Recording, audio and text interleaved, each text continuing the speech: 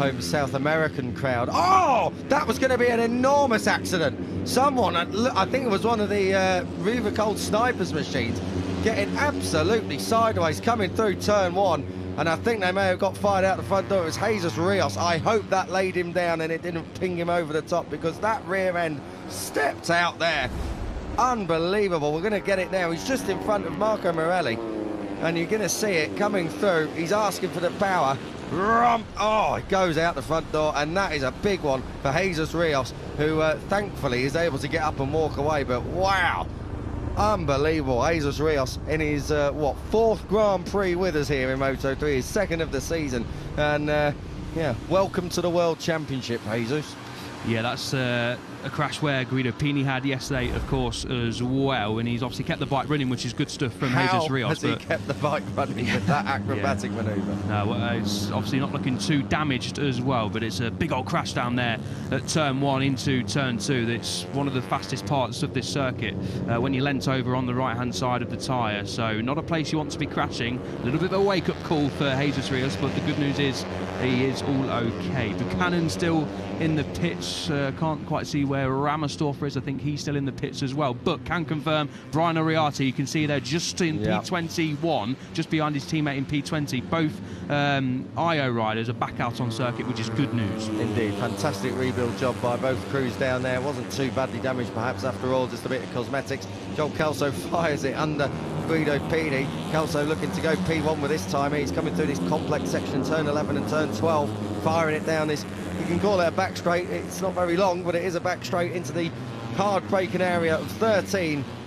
And then the climb up through 14 and to the line. And what's Kelso on at the moment? Still up through the third sector. Carpe's come across the line, gone 13, so improved his time straight away. But we're all eyes on Australia's Joel Kelso, the number 66, coming to the line. Does he go to P1? Yes, he does. And a 27.365 for Joel Kelso sees the number 66 and Michael Laverty's team up into P1. He dispatches Enrico Salmella down at turn 1. Guido Pini follows him through. David Almanza was up through the first sector. He's lost a bit of time through the second sector. Almanza currently in third, and he's got Hakim Danish right behind him now as they work their way down the back straight, but this isn't going to improve his lap time or position at all.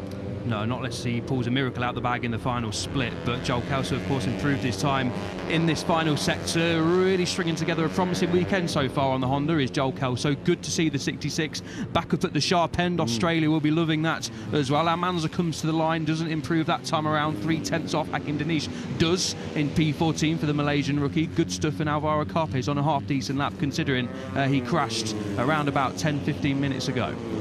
Indeed he is. Carpe, now we pick him up as he comes down the back straight. 7/10 off if he holds that. He will go, move up a couple of positions, maybe not too much at all. But Carpe, good to see him back out, because it was his crash originally that chucked all the rocks all over the track, and it was a big high side for Alvaro Carpe. Coming to the line now, what's he got? Alvaro Carpe doesn't improve in that final sector. Almanza again very, very fast through that first sector. So David Almanza, the first sector perhaps not the most complicated first sector that we have. It's just down through turn 1 and then through all the fast stuff up to turn 4. But Almanza's got it sorted. He's put a lot of distance into Hakim Danish as well. So we're taking Almanza, this is up through turns 9, 10, 11 and 12. And then through down the back straight. It's moving around all over the place, but he's kept it all up and tidy across the timing beam. Yeah, just less than a 10th off. So David Almanza, who's definitely got pace, probably just not hooked up a lap yet in this session to really challenge. Oh, more yellow flags in sector 2, and this time it's for Adrian Cruces. So Adrian Cruces, in his second GP of this season, has gone down at turn 4. Now, we saw a lot of that yesterday in MotoGP. Oh, Almanza pulls out a good final sector there. You asked for a miracle a lap ago. Well, you got a miracle this time around. Maybe not a miracle, but you know where I'm going. B1, David Almanza, 2 minutes and 30 seconds left on the clock. But Adrian Cruces, the headline grabber, thankfully, doesn't seem to be too big, but that is session done for the number 11, who at the moment is flying high, actually, up inside the top 6. And this is what's happened. Just out of shot, but looks like he just loses the front end down there at turn 4, as Adrian Cruz says. You're right to point out that, yeah, that caught out a few riders in MotoGP yesterday, and that's a little bit of a hot spot I think the stewards are looking out for in the races on Sunday. It's a difficult corner to get right. Judging by him staying down on the ground for a little bit. I don't know if he did lose the front, you know. I wonder if that just flicked him over the top in the middle of the corner. But again, we're just a little bit late to actually see what happened. The main thing is he's walking away after. Almanza, this is another strong run. How many times have we seen David Almanza do this over the course of last year and Thailand already this year? He's just metronomic when he gets out there on track alone.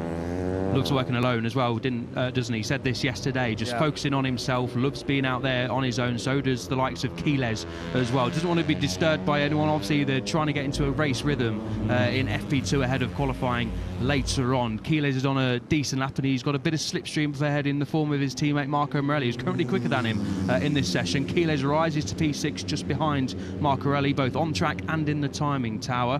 But yeah, Keylez, a decent session so far for the number 28, and he's looking pretty good, although he's not sort of in the realms of the top 3. Like I said earlier, he's not going to be too bothered about that. David Almanza doesn't improve on that time, but it's some of the usual suspects from Thailand. Almanza, obviously race winner. Peroni up there in P3, he was on the podium. Keylez is there, of course, and Adrian Fernandez having a good session after a disappointing day yesterday up inside P4 as well. Good to see, though, that Cormac Buchanan's time early on in the session was still good enough to see him through into the top 10 so far in this session. Of course, it all doesn't really count for a lot, but it just shows you who's got the pace and who maybe needs a few more laps. I can tell you, Ryusei Yamanak will be in the category of the latter there, down in 24th position. That is just, that's not cutting any mustard, I don't think, down there. The number 6, considering that he is on the podium at many times before. He's in, as we were talking off air at the start of this session, out in his 7th season in Moto3 action,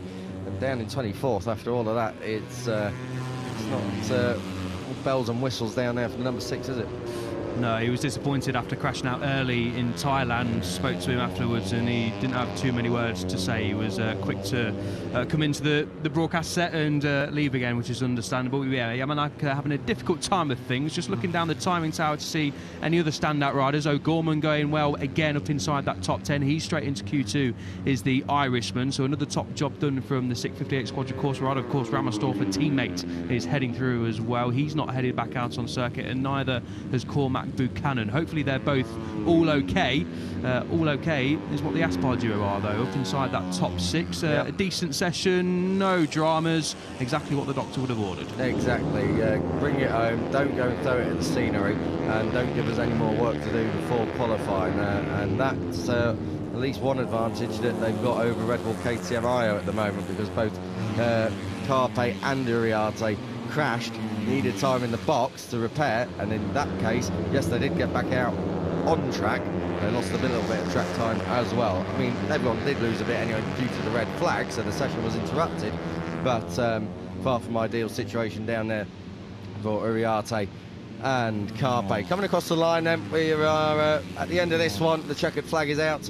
Moto3 FP2. The next time these guys will be back out on track will be in Q1. You will be able to enjoy the likes of Adrian Fernandez and Alvaro Carpe, your two headlining names really in that, as well as Scott Ogden, who had a quiet session today actually down there in 13th place in FP2, but you'll be able to see all of those go out in anger. And then we're on to Q2 later and the pole position shootouts. But in P1 in FP2, David Almanza gets the job done once again. Joel Kelso there in second. Valentin Peroni, a consistent feature up inside the top 3. Adrian Fernandez, 4th. That'll be some reprieve after yesterday's struggles. Yeah, it certainly will be. David Almanza then fastest on Friday, Saturday and Sunday over in Thailand, and fastest on Friday and so far on Saturday here in Goiânia, Brazil as well. So it's all going swimmingly so far for Almanza on the 22. Well, oh no, it's pulling into pit lane. I thought he was on the service road for some reason there, but it's just pulling back into pit lane. No sort of worries. Almanza will be pleased with what he sees. It was going swimmingly for all of us yesterday. It was going swimmingly for all of us. I'd set you up for that one, didn't I? Boom, boom. You set him up. I'll knock him over. Moto3 FP2 done and dusted. That means that I'm getting out of here in a moment, and Lewis Sotheby will be moving in, and there is joy all around as I break that news. Kelso second, Valentin Peroni third. Fernandez and Marco Morelli completing your top 5. Morelli ahead of his teammate Max Keylez. Cruz says a crasher, Pini a crasher, Buchanan a crasher, and likewise Rico Salmela almost a crasher. He was down there in 11th place. Keisho Gorman, a fine ride up inside the top 10. Other ones to keep an eye on: Brian Uriarte and Alvaro Carpe, both of them going down. Jesus Rios with a big high side on the exit of turn 1. Leo Ramersdorf going down on the stones caused by the crash from Alvaro Carpe, but they are all chasing David Almanza. Can anyone stop him going into qualifying later on? Moto 2, FP2 coming up next. Enjoy.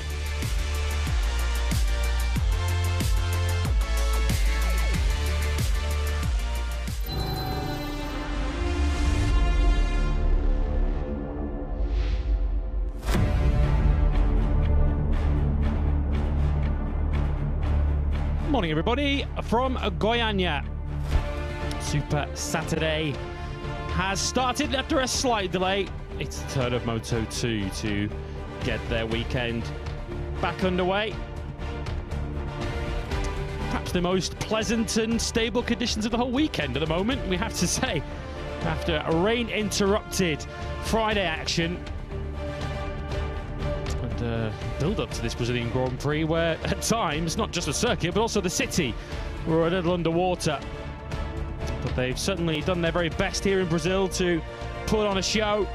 The fans have flooded through the gates, not unlike the rainwater that was flooding through the circuit earlier in the week.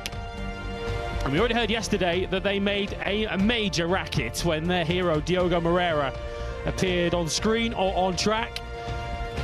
He'll be out on track in around about 45 minutes time for MotoGP FP2. Moto 2 though is underway in just a moment as we try to make up time after the 10-minute or so delay during Moto 3 FP2. Tony Arbolino, the fastest rider yesterday in practice, loving life at the moment it would seem in his new home of Fantic Racing. He led World Championship leader Manu Gonzalez. David Alonso, the South American hope, I guess you could say, in this Moto 2 class, third quickest, not falling into the same trap he was caught up in Buriram when he ended up in qualifying 1. That was the turn of his teammate this time, as you can see there on screens. Dani Holgado, third in the points, 21st in practice yesterday. He is the headline name in qualifying 1. Amongst several, it has to be said, big names that will be going through the first qualifying session later on today. Moto 2 doesn't usually need any extra assistance to be unpredictable and chaotic, but it has been provided it this weekend with a new venue, with unstable weather conditions, so many unknowns to throw into this Brazilian Grand Prix weekend. The one unknown that we look to have put behind us, at least for the moment, is the rain. Pleasant dry conditions, still one or two damp patches, but certainly nothing like as challenging as it was yesterday afternoon in practice. And we're set fair for a session which should give us quite a lot of info on who's fast and who isn't, info that we were kind of lacking for much of yesterday. It's Lewis Sotheby and Elliot York with you for Moto 2 practice, or free practice 2. And I guess, Elliot, all of the pre-race preparation that the Moto 2 field would have looked to have been doing is all going to be condensed into the next 30 minutes.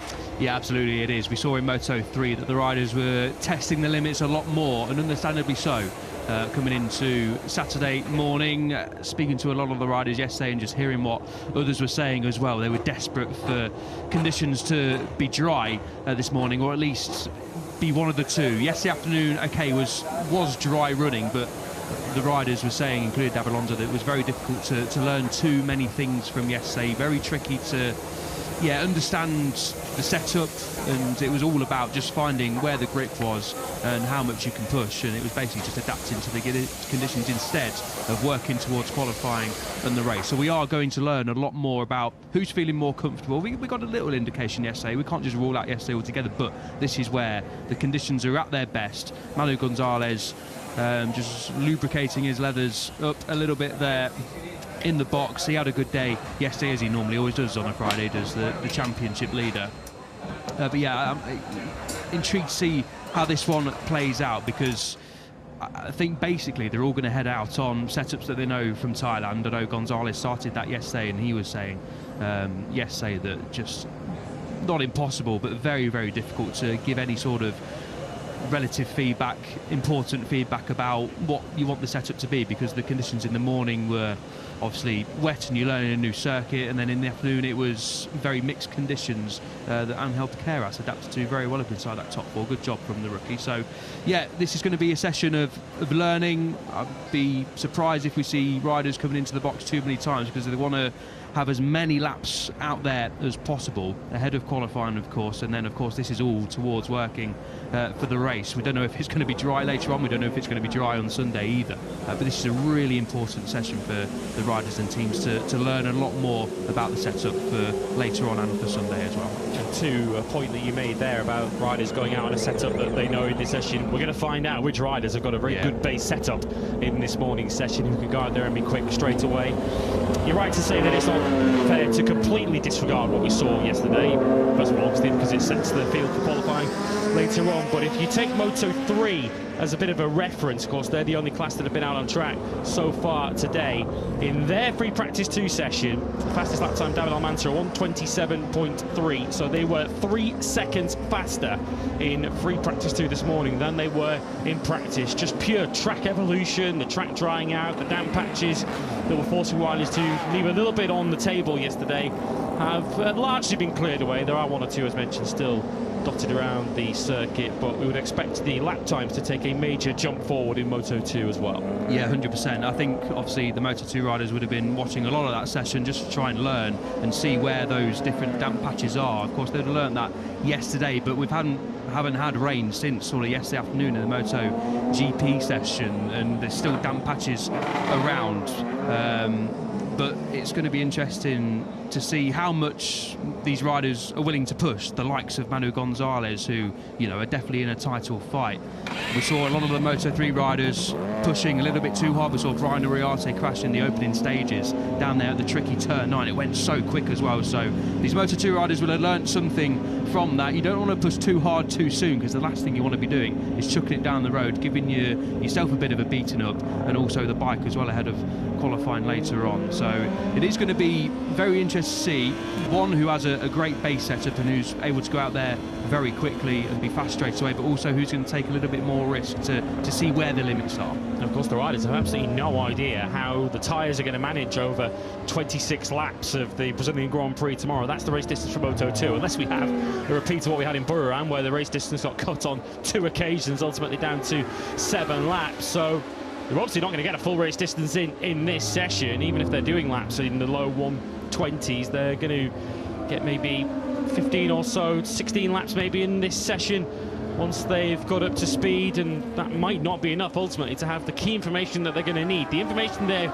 all looking for is just what sort of tyre behaviour am I going to be facing in the latter stage of the race, and whatever they do in this FP2 session, they're not really going to get that answer, are they? No, exactly. And like I say, I'm going to be surprised if anyone comes into the pit lane too much. You're going to want to go out there and test yourself for half, 3/4 race distance and go out there and just get some laps on the board in these dry conditions. Sergio Garcia leading them round at this moment in time. We just focused in on Mario Aggi, who had another great day yesterday, back-to-back P5s on a Friday this season for Mario Aggi, the Indonesian. Spoke to him yesterday in the paddock, and he, like a lot of the riders, I don't think I've heard any rider say one negative thing about the track layout. I think everyone is thoroughly enjoying the different sort of challenges that Goiânia has had to offer. Mario was saying yesterday, turn 1 is fantastic. It's such a fantastic feeling on a Moto 2 machine. Proper sweeping right-hander, and then into turn 2, and then it dips out into turn 3. A real fast opening section, and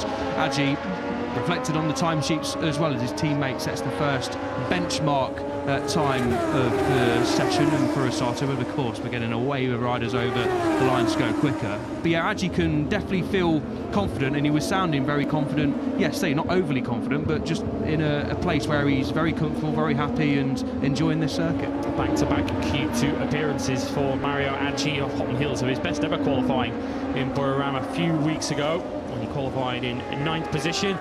And just to underline how big a leap forward we're expecting in lap times today, we're already now a half-second faster with Alonso Lopez than we were yesterday. Tony Arbolino's benchmark lap time of yesterday, a 1:23.709. Already Alonso Lopez on his first lap of Goiânia this morning has gone a half-second quicker than that, which has kind of set the tone, I think, for what we're going to see over the course of the day. And there are riders who really struggled yesterday, who will be rather pleased that we have stable, trustworthy conditions this morning. I guess chief among them, Danny Holgado, the rider third in the World Championship, who really caught our attention in FP2 in Buriram with his race run, which was no use to him when the race distance got cut to 7 laps, but 21st for the Spaniard yesterday. Yeah, disappointing day to put it plainly for Danny Holgado. Just said that he just didn't feel comfortable, difficult to get competitive and find the right feeling on that Kalex Triumph machine. And he said, you know, some days are going to be like this. You can't have too many days like that, because he saw what happened to his teammate last time out over in Thailand. David Alonso, of course, came through Q1 to qualify in P10, did David Alonso. But of course, when you're qualifying down there, you can get in the mix of some battles that you don't want to be doing. Of course, no fault of his own that Senna just had a technical issue and one unfolded afterwards. Good to see Alonso fighting fit. And Alonso, actually, he said yesterday that he was feeling very comfortable and not feeling any ill effects of the crash over in Thailand, which is good news, because a week prior, he said, when he first hopped on I think it was a motocross bike, he said he was not feeling too bad, but he was struggling to, you know, feel comfortable. So 7 days later, he said yesterday that he was feeling a lot happier and, yeah, not feeling anything like he did a week ago as he sets the fastest lap of the session. It definitely feels like so far this weekend, from the timesheets and from what the riders are saying, that Alonso has the upper hand on his teammate Holgado in 15th, but expect that to change, of course. We've only had 6 minutes of this session. But yeah, Holgado just in general struggled yesterday. We obviously were watching his lap times. He was on screen quite a lot in the latter stages and just never really got going. He was constantly 2 seconds off. He was chipping sort of a tenth or two off his time in the latter stages, but just never got going. And so he's got to go through Q1 this afternoon.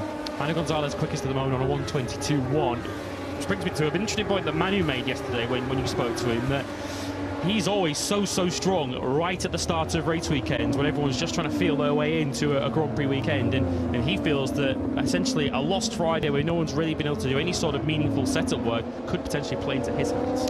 Yeah, he's always strong on a Friday, isn't he? He described it, Manu Gonzalez, as a very strange day, but he's a very confident rider, is Gonzalez, and that's reflected, of course, on track as well. But yeah, he was saying that this situation could play into his hands, because they made a change, didn't they, ahead of the race in Thailand. He said he was struggling. I mean, Gonzalez struggling, and he was still sort of in that podium fight, well, sorry, in the front row fight, pole position fight over in Thailand, and of course on Friday as well, where he actually topped the session, and said, yeah, just not feeling very comfortable. And you know, if you're not feeling very comfortable and topping the session, you're in a good place. But I think basically they went back to the 2025 setting that they had on Gonzalez's machine, and that made him feel super comfortable. And that was, of course, what we saw in the race as he goes quicker again. But Gonzalez has a phenomenal base setup on that bike, and you're seeing it now play out in front of our eyes. And yeah, Gonzalez was happy with yesterday. He was one of the riders that was saying just really difficult to, you know, he actually said at the start of the interview, I don't really know what to say to you, because we didn't really learn anything. It was just about adapting to the conditions and trying to go as quickly as possible. But he did say he needs to start on the first couple of rows at least for him to, you know, stand a chance of winning this Grand Prix, because he did say he feels like it might be a little bit difficult to overtake here in Guyana. But yeah, Gonzalez definitely happy with his position and not necessarily the feeling that everyone had in the tricky conditions yesterday. Yeah, it must have been a good dozen times or so last year that Manu Gonzalez topped FP1 in a Grand Prix weekend. He always comes out of the box very quickly with confidence. And speaking to some of the MotoGP riders yesterday after their practice session, which was much like Moto2, taking place in conditions that were dry-ish with rain hanging in the air for a lot of the session, and so much of what we saw yesterday came down to rider confidence, rider feel, those who were prepared to push and those who were prepared to take those extra risks that others maybe weren't. But if you look down the order, some of those who perhaps weren't prepared to take those risks, Holgado coming into that category, Senna is potentially another one who's down in 16th place, the pole sitter in Buriram 2 weeks ago. We'll be looking to fight back later on as Manu Gonzalez does come into the pits at the end of his first run of the session. He put in 4 time laps in that initial run, so whether he's got a run plan, his normal FP2 run plan that he doesn't want to stick to. Remember, FP2 went all wrong for Gonzalez in Buriram a couple of weeks ago when he had those problems with the front end of the bike that they didn't really fix until he got into qualifying. But at the moment it's Gonzalez by 600ths of a second from David Alonso. Mario Agi's up in third place. Can only assume Ethan Guevara had a lap time cancelled because he was third and has now been dropped down to what is now 10th place as Alonso Lopez moves up the order. But Gonzalez and Alonso with a half-second cushion over the rest. They're the two riders we've seen so far this morning in the 121s. Yeah, and they were obviously the two riders yesterday that were closest to the table topper, Tony Arbolino. What we're getting a replay of here then, David Alonso making his way around turn one and the rear end really stepping out on the Colombian there. A good save and an early wake-up call for David Alonso. Yeah, you can just see the airbag, it looks like, has just gone off there, and understandably so as well. That Alpine Stars airbag suit doing its job. Yeah, that was the reaction of Jorge Martinez Aspar in the box there. A hairy moment there at turn one into turn two for Alonso. We've seen a few riders in Moto 3 crash there already this morning. That's not a place you want to be going down here in Goiânia. He is always all action, isn't he, David Alonso? He's super quick, super clever, but he's always on the edge of something quite spectacular and entering one of the gravel traps. We saw it, of course, in Buriram, where he had that crash on the Saturday morning coming through turns 8 and 9. So he's always pushing the limits, which in many respects is what the great riders truly do. That's what practice is for, I guess you could say, for David Alonso. Make your mistakes, find where the limit is in these sessions, so that when you get to qualifying and get to the race itself, you know how hard to push and how hard not to push. Perhaps Alonso has now learned that lesson through turn one. Alexis Skridge on the forward bike over the line into 8th place, much like he did in Buriram last time out. Skridge is through to qualifying to the Q2 makeup as we stand at the moment, the 14 riders through. We have 1 forward, we have 3 Boscoscuros and the 10 Calyx riders through. The Boscoscuros through are Vietti, Guevara and Denis Onchu. Yeah, good to see Onchu getting into that top 12. And of course Vietti, of course, who we're not sure what was going on in the opening part of the session. He was over 5 seconds down for large parts of it, but of course gathered that back up and yeah, got himself inside that top 6 to lead the Boscoscuro charge here on Friday, did Vietti. So a decent job, but again, it does look like Calyx have just got the upper hand so far. Clearly the riders on the Calyx, a lot of them have been on the Calyx for a couple of years now. Of course, Gonzalez is used to it. Alonso used to it. Viqueiras, a rookie, of course. So he's obviously unknown. He's jumping into the Calyx fold for the first time. Agi, of course, used to a Calyx as well. But yeah, Vietti up inside that top 6. So a decent job doing after the troubles early on in the session. Yeah, he said he just lacked any kind of feeling in the early part of the session, and how he was able to catch back up is that he was able to find some good references around the racetrack. So clearly picked some riders to follow during that session to give him some understanding of where to push, where the areas are to find time, the right lines to take around the circuit. Some riders just click immediately with a brand new circuit. Some riders just ride onto the racetrack immediately, know which way they're going, know which lines to take, know where to brake, where not to brake, where you can perhaps carry an extra 5 or 10 kilometers an hour, which gears to be in every corner. And some riders need a little bit of assistance and a little bit of a reference and a tow around the circuit to ultimately understand what they need to do. And Vietti seemingly fell into the latter category yesterday, but it's not how you start, it's how you finish, I guess. And Vietti did get himself ultimately up into that 6th place. Top Boscoscuro is once again Ethan Guevara. He has now bounced back up into 3rd place ahead of the Fantic pair, who both look very quick this weekend. Arbolino now into 4th place, having topped yesterday.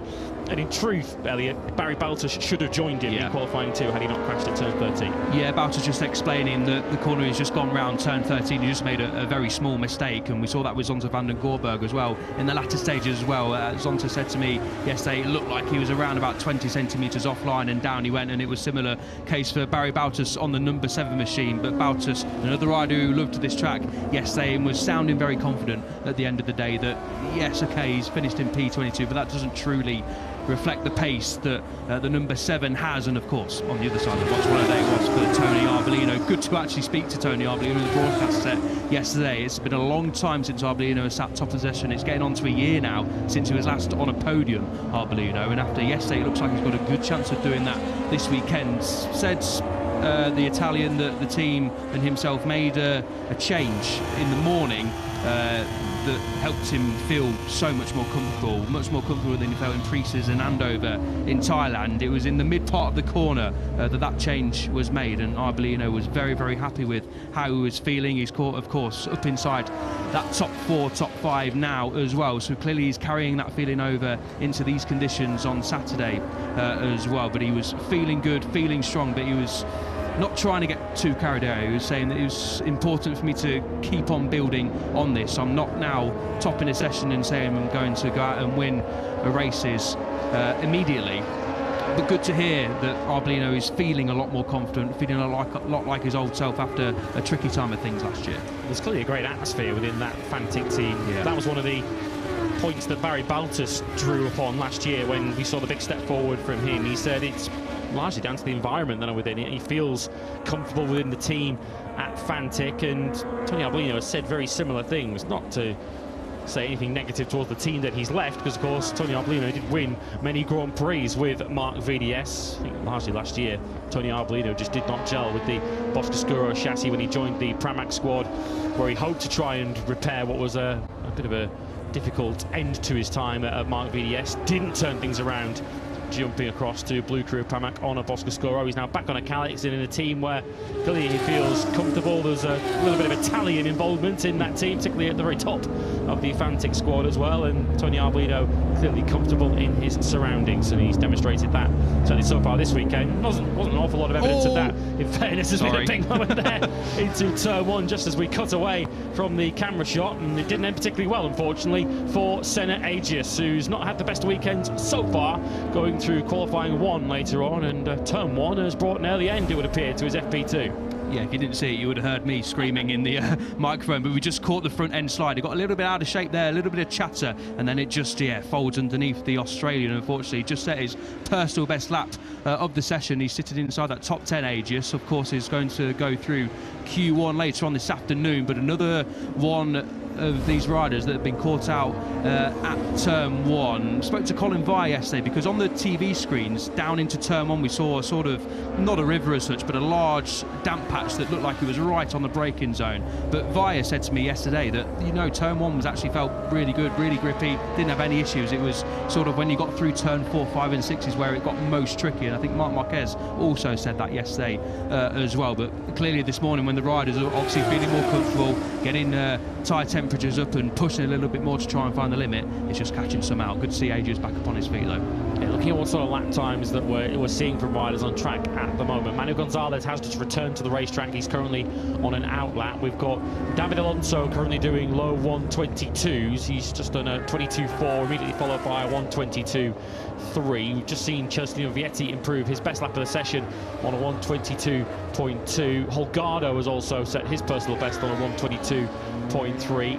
I think we expect the longer that this weekend stays dry and stays stable in terms of weather conditions, it is going to close the pack right up together. Of course, yesterday, given the rather unpredictable conditions we had, there was a big field spread, nearly 3 seconds from the fastest to the slowest. But already in this Moto 2 FP2 session, a second covers the top 22 at the moment, all the way down to Aaron Canette's second shortest lap of the year, just 3.8 kilometers, 14 corners. And that is really going to ensure that if you make one small error, if you're a half a meter wide in any of these corners, could cost you a row on the grid. Yeah, David Alonso made that point yesterday. He said, the times are pretty stretched out so far, but he and everyone else knows that the smallest mistake in Moto 2, and in any class really, but especially in Moto 2, losing half a tenth or even a little bit more can really cost you a few places on the grid. Celestino Vietti put the troubles in the first half of yesterday behind him. So far on the number 13, he's just over a tenth off at the top. Gonzalez and Alonso, who were inside that top 3 yesterday, inside that top 3 again. Yeah, Alonso, and I think it was Gonzalez who said in Thailand last time out that it's obvious that this season is a little bit different to last year. There was a clear group of 4 or 5 riders every single weekend that were faster than the rest. This year, it's a lot different. Looked like Vietti was almost caught up himself at turn number 1 there, but managed to keep himself rubber side down. Yeah, just a reminder, in case you're just joining us for the first time this weekend, that Vietti's regular teammate isn't with us this weekend. Luca Lanetta, unfortunately, fractured his leg in that restart crash with Sergio Garcia in Buriram. It's the same leg, unfortunately, that Luca Lanetta injured in that crash at the final chicane at Assen in Moto 3 last season. His right leg that he fractured on that occasion. So Lunetta will not be out here this weekend, nor will he be taking part in the United States Grand Prix next weekend in Austin. His place both there and here will be taken by a rider with Moto2 experience in the form of the Italian Dennis Foggia. Foggia at the moment is in 22nd place, less than a second off the pace. Yeah, good job from Foggia. Of course, finished at the bottom of the time sheets yesterday, but you can understand that for the returning Italian. Good to have Foggia. Doesn't like the rain either, does he? No, doesn't like the rain at all. No, very famously actually doesn't like the damp conditions, but of course much more accustomed to the dry weather, and of course has experience on a Moto2 machine. 39 starters. This will be his 40th in Moto. So good to see Foggia back on the grid. Of course, we don't like to see riders getting injured, and it was such a shame that Lunetta won't be with us for the next couple of Grand Prix. We wish the Italian rookie very well, who was going really good over in Thailand before that unlucky crash through no fault of his own either. A very unlucky crash, just in the wrong place at the wrong time. The right time and the right place though for Gonzalez is P1 so far, 121.668.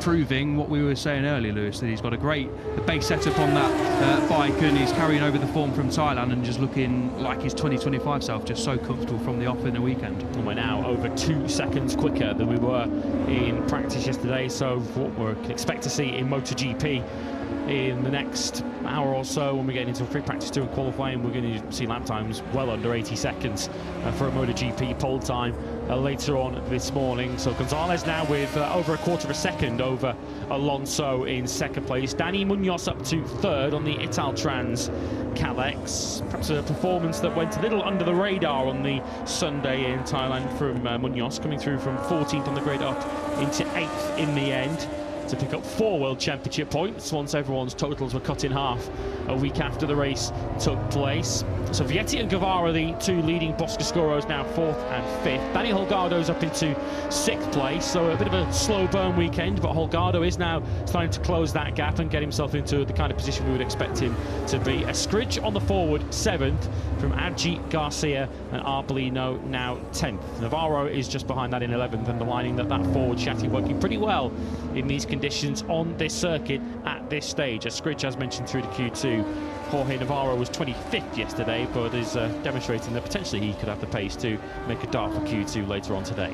Yeah, sets us up nicely for Q1 later on, doesn't it? We've mentioned the likes of Senna Ages. We've got Aaron Canet down there as well. Joe Roberts, Danny Holgado, Barry Bautas, Ayumi Sasaki had a good weekend over in Thailand as well. So a lot of riders are going to be feeling very disappointed come the end of Q1 later on. A moment there for Munoz on the exit of turn 7 before we flick it right through 8.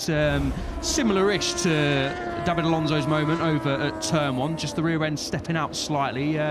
Just alarm bells ringing on the rear end of that Italtrans machine for the 17. It was coming out of this corner a lap ago, which he just gets wrong on entry this time around. I was just about to say, he's throwing it around, isn't he? Watching him through 4 and into 5, he was really launching that Kalex into the corners, and it didn't really he didn't trust the bike ultimately to drop it on his side into turn 6, because it might have all gone wrong there for Munoz, who remains in 4th place. We're on board with the championship leader Manu Gonzalez. That's consecutive 121s for him now, 21.6 followed by a 21.8 and now a 21.7 for Manu Gonzalez. 3 consecutive laps that are all quicker than anyone else has managed so far.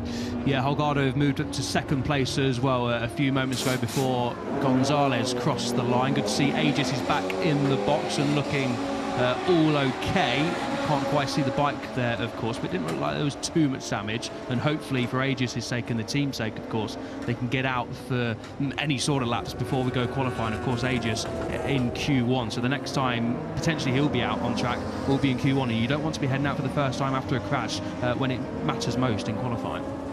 Yeah, this is the kind of weekend where you do wonder whether it might prove to be something of an advantage for the riders. If obviously it's only an advantage if you get through Q1 ultimately, because if you don't, you're going to be starting in the second half of the grid. But it's not unheard of in the sort of normal circumstances of a Grand Prix weekend to see riders come through Q1 and qualify towards the front of the grid. We saw the Mark VDS duo come through Q1 last time out in Buriram.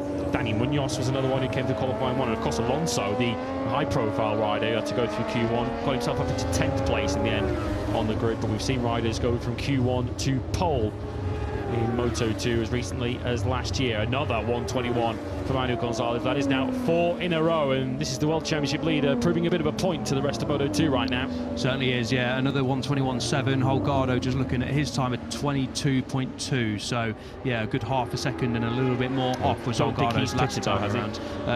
No, Holgado don't think has pitted. So, yeah, I don't know whether it's fresh tyres for Gonzalez or just a little bit of a tweak on the old setup or any other setting changes that they might have. But yeah, Gonzalez really laying down a bit of a marker here ahead of qualifying. Will, at this moment in time, heading to the Q2 shootout for pole position as the rider to beat. Q2 to the 72. Here he is of Tayo Furusato, who very narrowly missed out on a half a World Championship point, as it would have turned out, when he was beaten to 15th place by Alberto Ferrandez, as HEINZ makes his way out of pit lane and is about to see some yellow flags shortly, because someone has had an issue down at turn 1, potentially one of the Grassini bikes, if we judge by the colour of the indicator on the track map. That Grassini bike has been fallen off by Sergio Garcia, who's clearly got a little bit of discomfort in his right shoulder and a second-hand set of leathers to boot.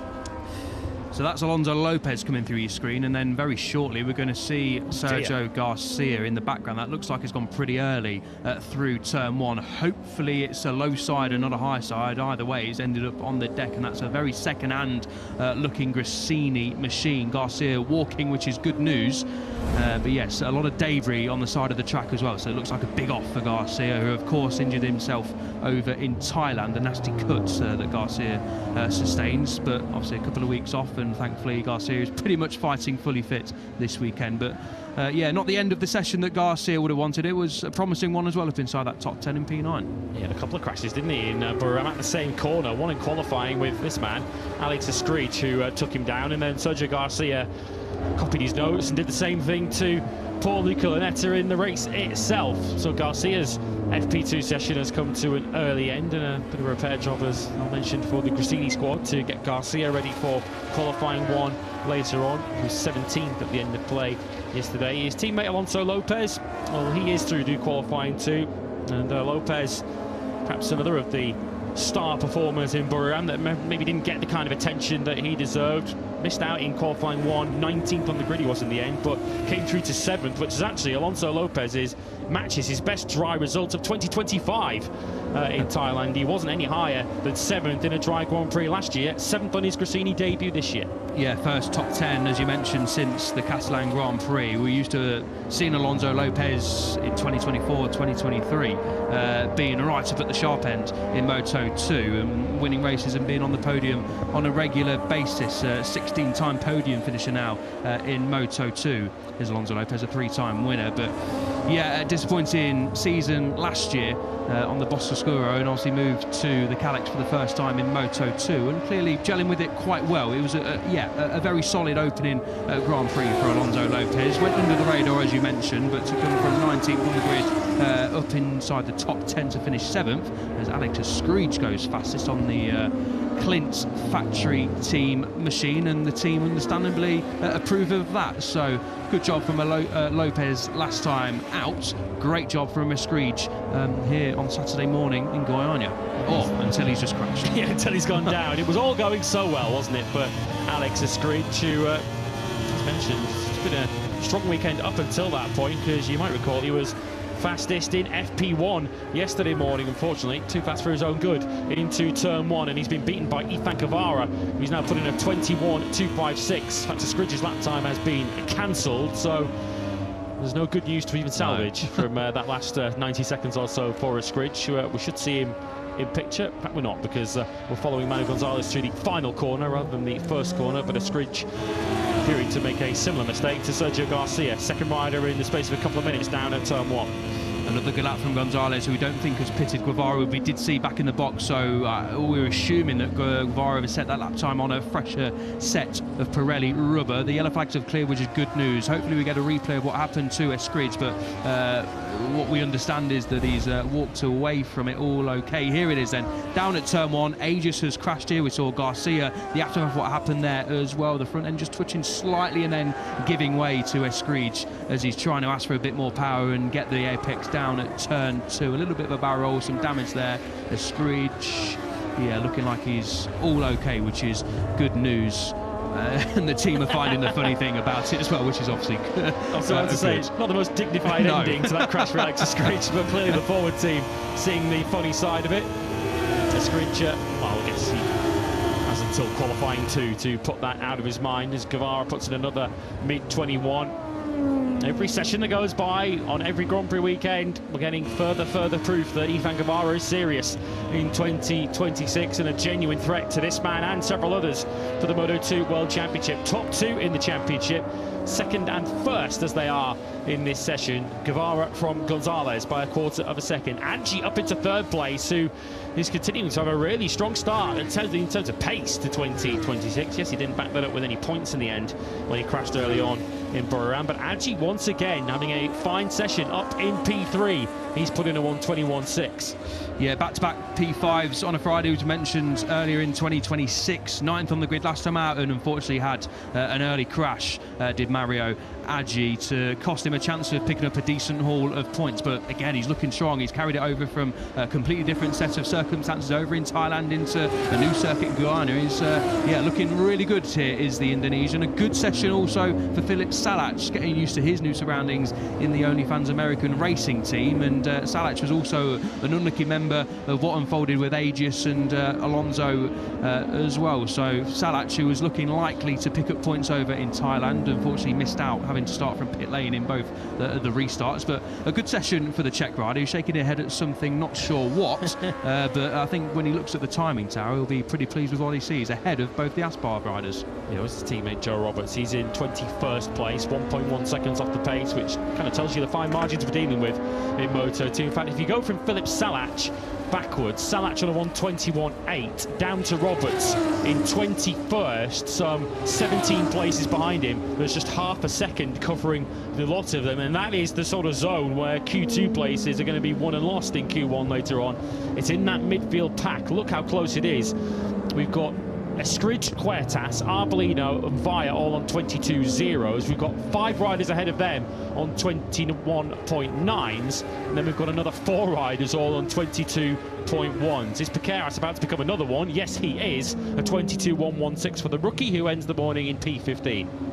Yeah, another decent lap then for Piqueras. It is looking very tight in Moto2, as we're used to seeing. Roberts jumps up inside that top 20 with a late lap, 22.3. So a second covering the top 20 in Moto2. Canet is 1.1 seconds off in P21, as Guevara tops the session with a 21.2, and thumbs up, a double thumbs up from Guevara. I think that's an indication that he's feeling pretty comfortable once again on that Boscoscuro. A good sign of things to come. Topping the session from Gonzalez, but I do feel the real winner from that session, in terms of race trim anyway, was the number 18 on your screen. Yeah, looked very strong, didn't he? Alonso looked pretty good too. He did a 22.2 at the end of the session. We didn't see Alonso coming in to change tyres either, so he put in 21 laps in that session. That's a pretty good indicator of the riders who didn't come into the pits, because they managed to put in 21 or 22 laps, which is the maximum you can fit in to a 30-minute free practice 2 session here in Guyana. So Munoz never pitted. Holgado and Alonso on the Aspar bikes didn't pit either. They stayed out for the whole session, as did Jorge Navarro and Jose Antonio Rueda. They did the whole session, we can confirm to you, on a single set of tyres, because they didn't come into the pits at any stage. So that'll give us an indication of what kind of race pace we can expect. And I guess Pirelli will also take some confidence from that, because the lap times didn't really drop off for the Aspar duo at the end of the session. They managed to hold that consistent low 1:22 pace. Yeah, exactly. A lot of things learned for the riders and teams. I think a lot of chats will be had at the end of that session. Plenty learned. Just intrigued to see what Salac is trying to say here. I don't know. Yeah, couldn't quite make out, but he was clearly unhappy with something at the end of the session. Braking, I definitely heard him say but like I say, yeah, a decent session for the Czech rider. Decent session too for Ethan Guevara, who was quickest on a 1:21.2. A couple of tenths clear of Manu Gonzalez, but Gonzalez looking in very good nick here. Mario Agi third. Can he potentially have a dart at the front row later on for Indonesia and Honda Team Asia? Salac fourth from the Aspar pair of Holgado and Alonso. Munoz in seventh. Of course, had a adventure or two in that session as well. Lopez 8th, and Vietti and Escridge went down at turn 1. Huertas 11th, ahead of Arbolino via Baltas and Piqueras. Foggia 16th, ahead of Ferrandez. Sergio Garcia, who had his big get up at turn 1. The Yuki Sasaki and Joe Roberts complete the top 20. Canet 21st. just ahead of Jorge Navarro and Senna Regis, another turn 1 faller. Ortola down in 24th, quiet session for him. The only riders behind him were Furusato, Vanden Gorberg, Rueda, and a quiet morning for Denny Sun Chu, who was down at the back of the field in P28.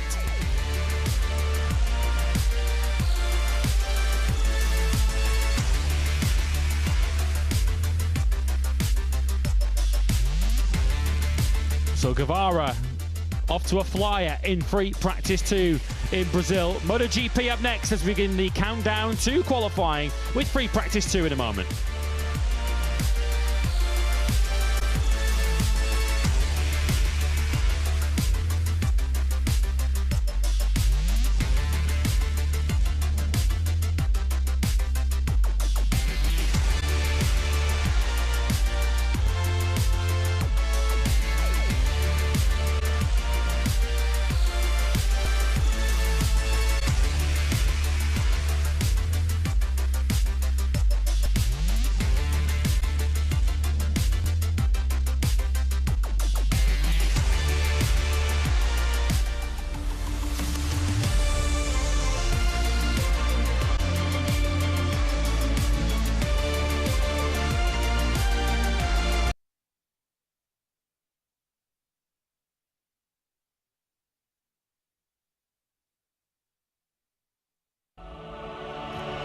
MotoGP has moved from Southeast Asia to South America for the first Grand Prix Brazil since 2004. Known as Brazil's green capital, we're geared up in Goiânia for qualifying in sprint drama at the Autódromo Internacional Ayrton Senna, which returns the calendar for the first time in nearly 4 decades. Can Pedro Acosta keep KTM on top of the world? It's time for MotoGP.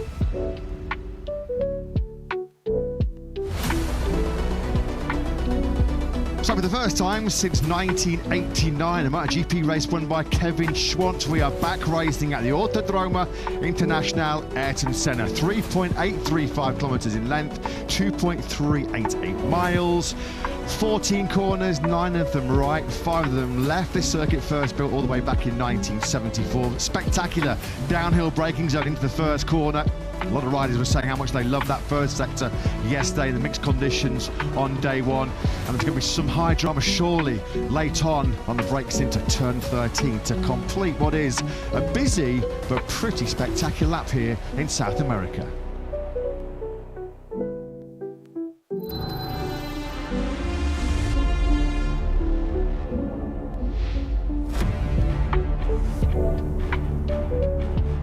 Good morning and welcome back to Brazil, welcome back to South America as we get set for our first ever Sprint Saturday on Brazilian soil. It is wonderful, isn't it, to be back in this part of South America. Brazil, the 5th largest country in the world, about to wait 22 long years for MotoGP action. Felt like it was worth the wait yesterday. Coming up later on this morning after our 30-minute FP2 session, we've got Q1 and Q2, but it already feels like we've had one qualifying session so far this weekend in the mixed conditions as the rain started to fall around halfway through yesterday's 60-minute practice session. It was a very hectic, fast and frenetic start to that practice session, which saw João Zarco lead the way with a 121.257. Of course, the teammate to home crowd hero Diogo Moreira, who has got vociferous support here from the home crowd here this weekend. João Zarco fastest on a Friday for the first time since the Australian Grand Prix at Phillip Island all the way back in 2022. He led from reigning world champion Marc Marquez on the factory Ducati. There were so many names that caught the eye in yesterday's top 10, including, what about this, 3 times world superbike champion Toprak Razgatlioglu in just his 2nd MotoGP start. 3rd place, even surprised himself. He had a massive smile on his face when he came to speak to the media here in Goiânia last night, did Razgatlioglu. Through directly to Q2 in those mixed conditions yesterday were also Jorge Martin, world championship leader Pedro Acosta, Alex Marquez, Fabio Quartararo, who finished the morning session in full weight conditions dead last. Some lap that by Fabio Quartararo, his 121.825, putting him in the top 10 in 7th, joined by Fermin Aldeguer. What a return to action for the Gresini racing rider, having not been seen since Valencia last year. Aldeguer 8th, ahead of Pecco Bagnaia and Ai Agura. Probably the two big surprises in yesterday's proceedings were Marco Bezzecchi, winner of our last 3 Grand Prix, stuck down in 20th place. A few technical gremlins at the worst possible time at the start of that practice session yesterday for Bears, when the track was in its best condition. Nothing going really for Marco. A 1:23.300 left him 20th on the grid. All 5 factories inside the top 5 of practice for the first time in history. Wide open competition around this narrow Goiânia circuit. Honda, Ducati, Yamaha, Aprilia and KTM were the top 5 yesterday. Another surprise at the wrong end of the leaderboard was Ralph Fernandez, of course, looking for 3 successive podiums. He was 21st and over 2.5 seconds off Zarco's best pace yesterday. Different ball game though today. Full dry session coming up. Likely to be 2 full dry qualifying sessions as well. Looking forward to our first qualifying action here in Brazil in the company of Matt Burt, Lewis Sotheby in the commentary box, Jack Appleyard down in pit lane.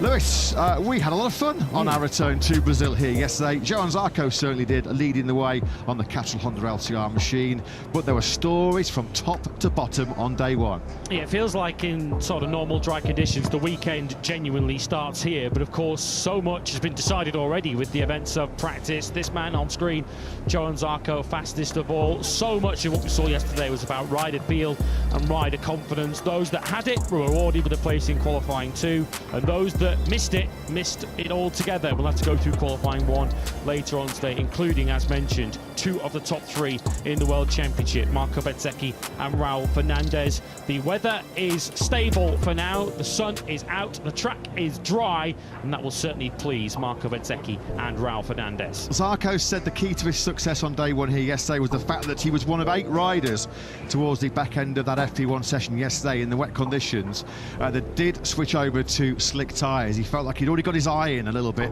for the slick tyre running at the start of yesterday's practice session. He led the way despite having only completed 7 full laps in that session. The only rider that didn't manage anything in double figures. As soon as the rain started to fall, I think he just was like, it's not worth the risk. Maybe the 1:21.257, good enough at least to get himself inside the top 10. Marc Marquez, well, one of several riders who's immediately fell in love with this Goiânia circuit. There was universal praise for what's a pretty unique layout here.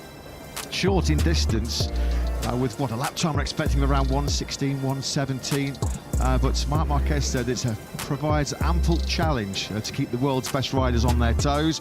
We'll just go down quickly to Jack very, very shortly. We'll have a look at Toprak Razgatlioglu. We'll be down to you very, very quickly shortly, Jack. But Razgatlioglu yesterday, Lewis, absolutely brilliant. Well, rider talent took over yesterday, didn't it? No question about that. As mentioned, in the sort of situation where rider confidence and bravery and the willingness to take risks will certainly bring you big rewards. Toprak did that. He said he loves those kind of conditions he always excels in, when there's a little bit of doubt, when there's some rain in the air and you've got to trust your own instincts and your own talents to push, and Toprak rewarded with a fine P3. Yeah, mega performance that by Razgatlioglu. There was a small blot on the copybook for Diogo Moreira yesterday, as he's in dreamland right now, racing in front of his home crowd in just his 2nd ever MotoGP start. He was one of 3 riders in those tricky damp conditions that succumbed to a wet patch going through turn 4. Moreira, Brad Binder and Jack Miller all going down in the same place, and unfortunately, as we feared, they were costly mistakes because none of that trio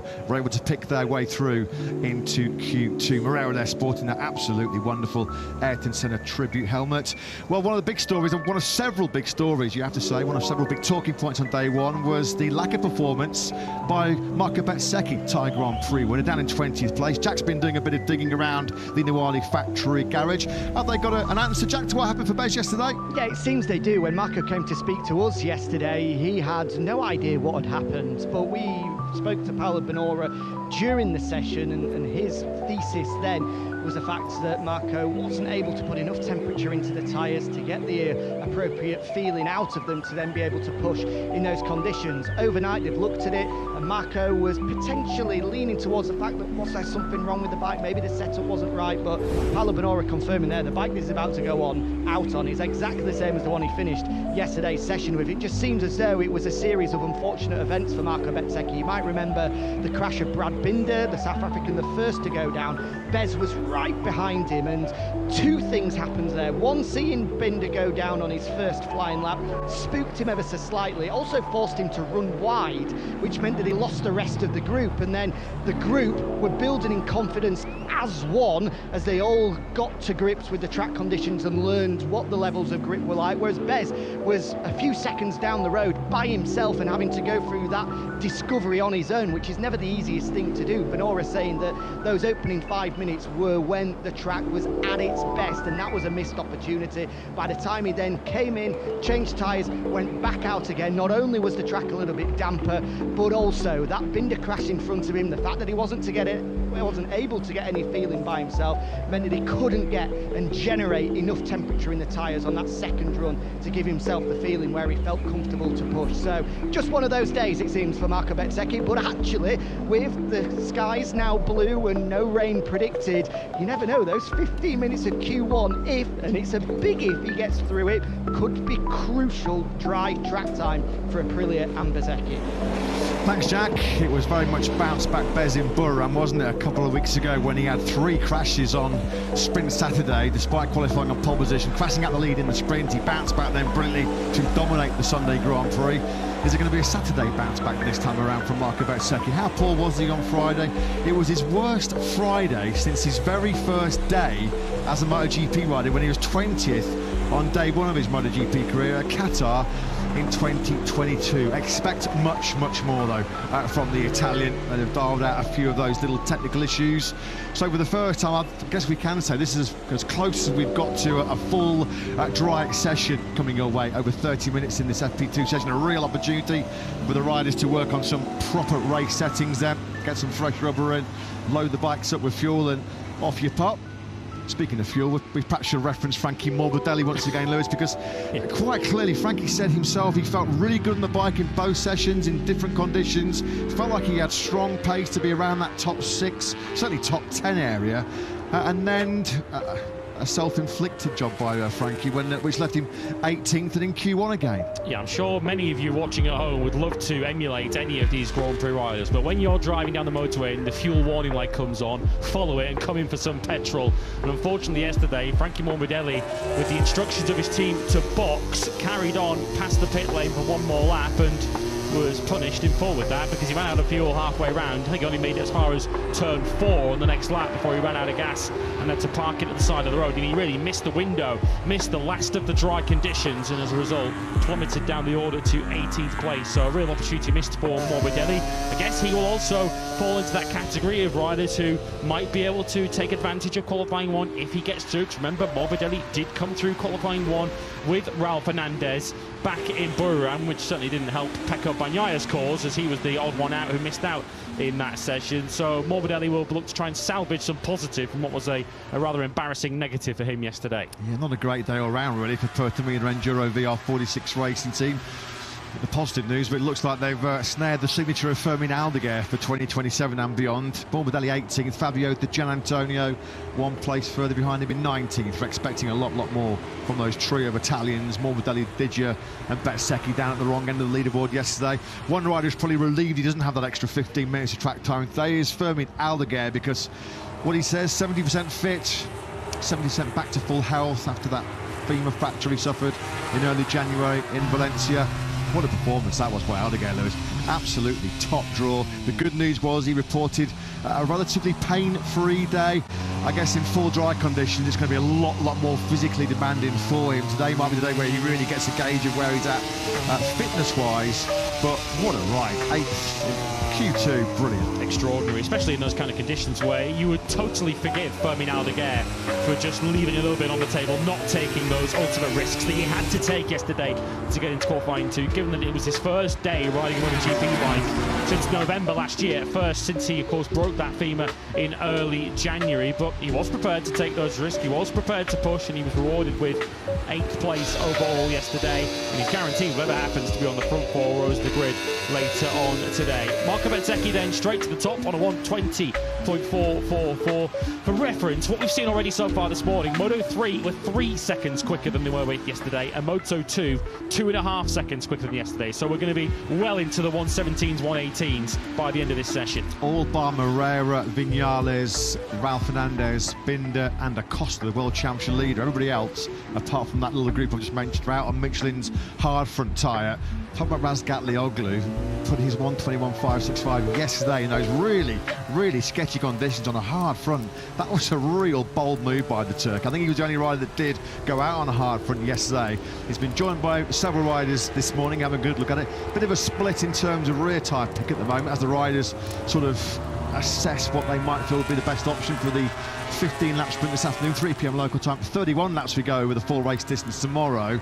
Just having a quick look. Mediums for Vinales. This is rear tyres for Morbidelli, Bastianini, Binder, Alex Rins, the Gian Antonio, Bagnaia, further down Agura and Martin as well. Everybody else is on the soft rear currently. Yeah, that decision to run the hard front, Toprak put entirely down to his super experienced crew chief, Alberto Durabiola, who recommended the hard front. Toprak said, you know, you're the experienced crew chief, I'm the rookie, I'm going to put all my faith in you, you know best. And he was absolutely right in the end.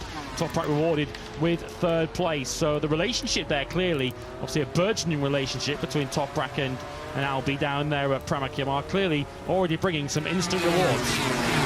There's a lot to like about Jorge Martin at the moment, you feel, on the factory at Aprilia. He was briefly leading the early stages of this FP2 session. It's Marc Marquez now back in control of it with a 1:18.911. But Jorge Martin, I'm not going to say slowly but surely, because he's doing nothing, he's doing everything fast at the moment, isn't he?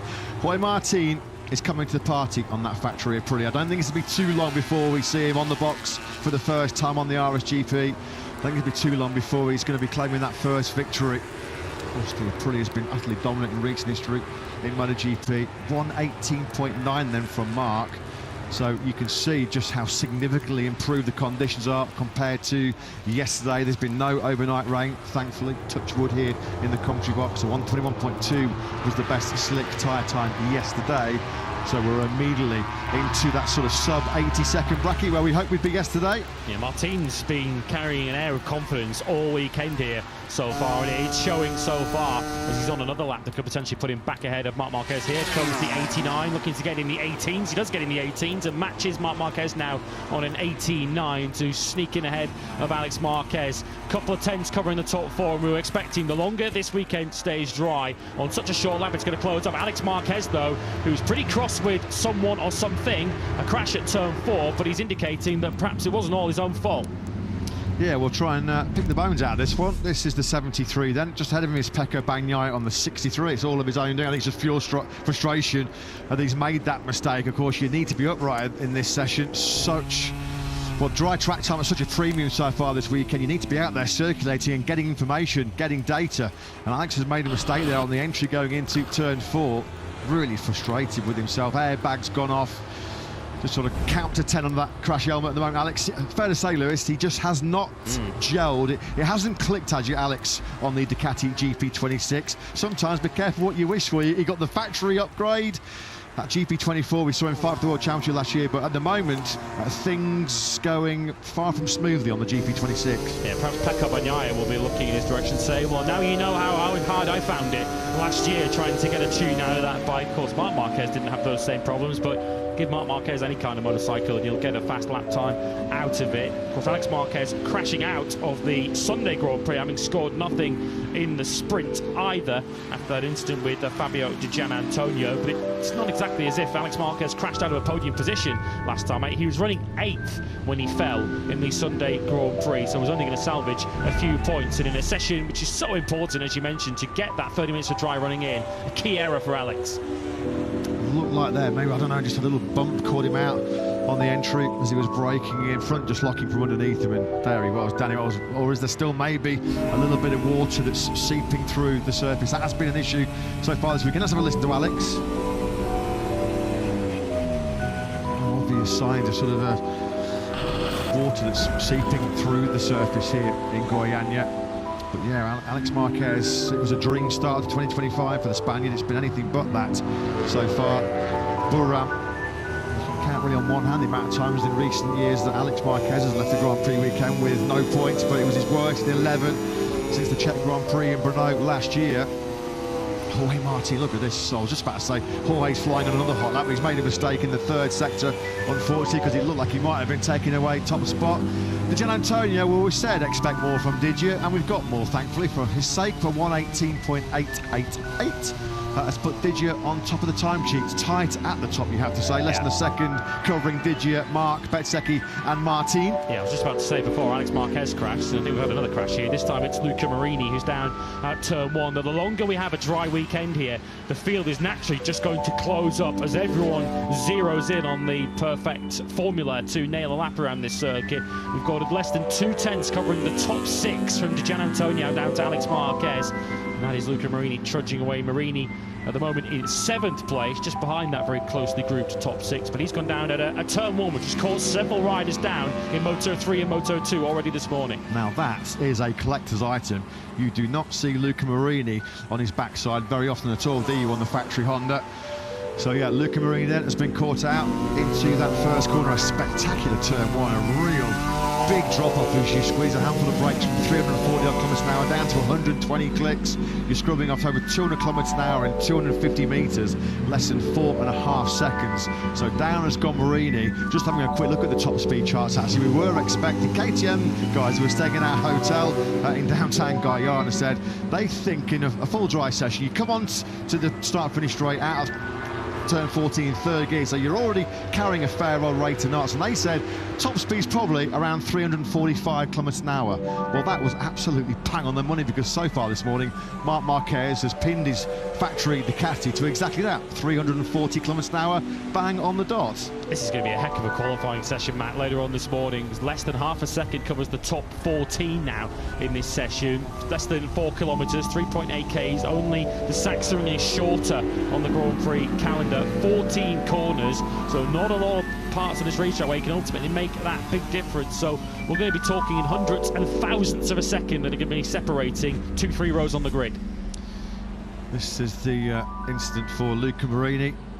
Just swashing out the front mid-corner there through that long right-hander of the first corner. What's the damage on that bike? Is he only going to have one bike at his disposal in that all-important Q1 session? His crew chief, Christian Pubion, looks on. Huge experience in the MotoGP paddock. PP, of course, he was with Ducati when they first entered MotoGP all the way back in 2003. Recently worked, of course, with Jack Miller as Jorge Martin's taking a rather different line around this Goiânia circuit. I think he shortcut the chicane there at 10 and 11 and had to scamper across the sort of service road around the outside of the runoff there to get himself back onto the racetrack. He was on a super fast lap. He was fastest through the first couple of sectors, as has Marc Marquez been. And Marc Marquez looks to try and get back ahead of the VR46 Ducatis who currently lead the session. Morbidelli at his second home Grand Prix, or third home Grand Prix, I guess you could call it, is leading on an 18.8. Marc Marquez puts a couple of tenths between himself and Frankie. That's better, Frankie. That's what we like to see from Frankie Morbidelli. A 1:18.834 has got him second. The home fans will be absolutely loving that. Pedro Acosta's on a good lap.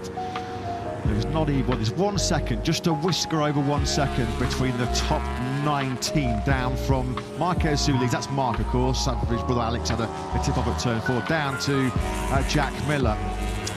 Well, one of the big head-scratching aspects of this weekend so far in Brazil has been the performance, or lack of, by Raul Fernandez, who was 21st in both sessions yesterday.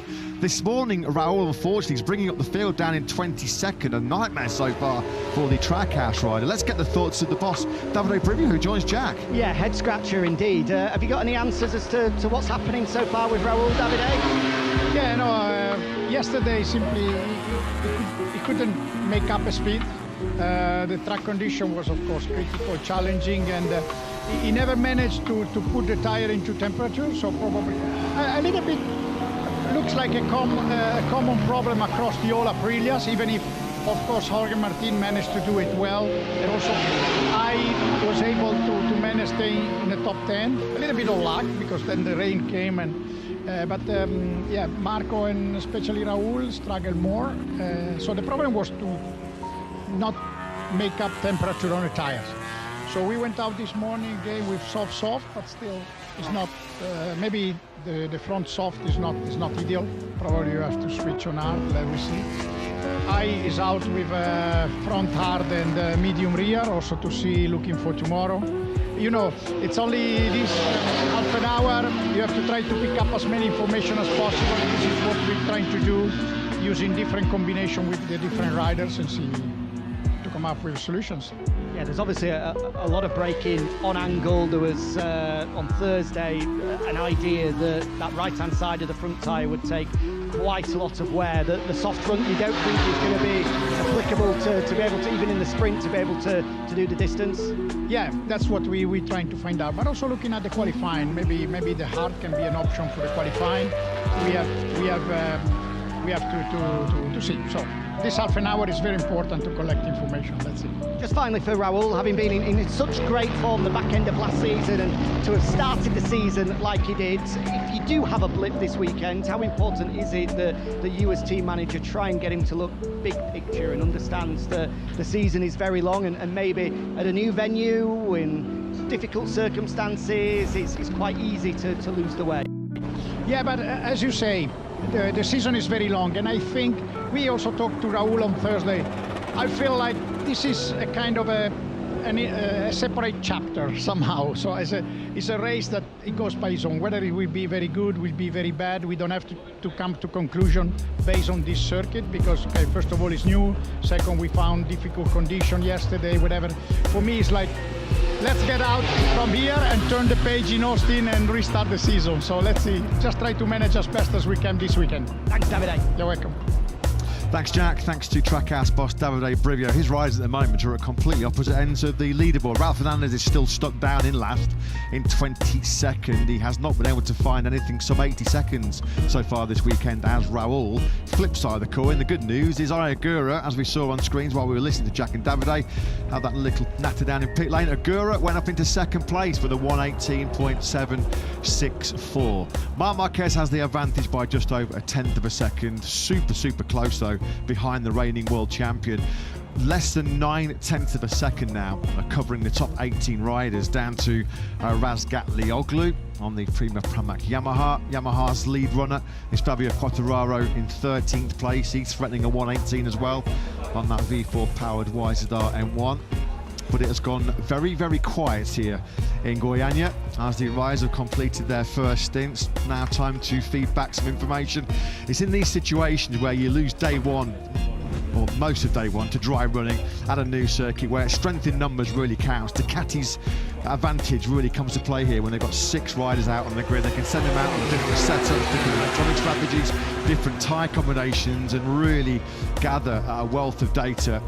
This is where Ducati will be pretty chuffed that they've got the most entries on the grid in scenarios like this. They already look like they're in pretty good shape as it is. We've got Ducati's first, third and fourth with the VR46 pair behind Agura. Maverick Vinales having a strong morning so far in fifth. He's the lead KTM. We've got Bagnaia, the next Ducati, 8th. Alex Marquez, of course, 10th, and we know the reason why he's relatively low down in the order, because he fell earlier on at turn 3. And of course we've got Fermin Aldeguer returning to action in 16th place at the moment on a 1:19.4. He's just spun the 2 LCR Hondas, who we haven't seen an awful lot of so far. Yesterday's pace setter Joan Zarco in 15th, just behind his teammate Diogo Moreira, who's doing a fine job at home in P40. Doesn't sound like down at Trackhouse there's too much panic about Ralph Fernandez's struggles, but he was 2.2 seconds off the best time yesterday morning, 2.6 seconds off the best time yesterday afternoon, and he's now 1.5 seconds in this full dry FP2 session. I think maybe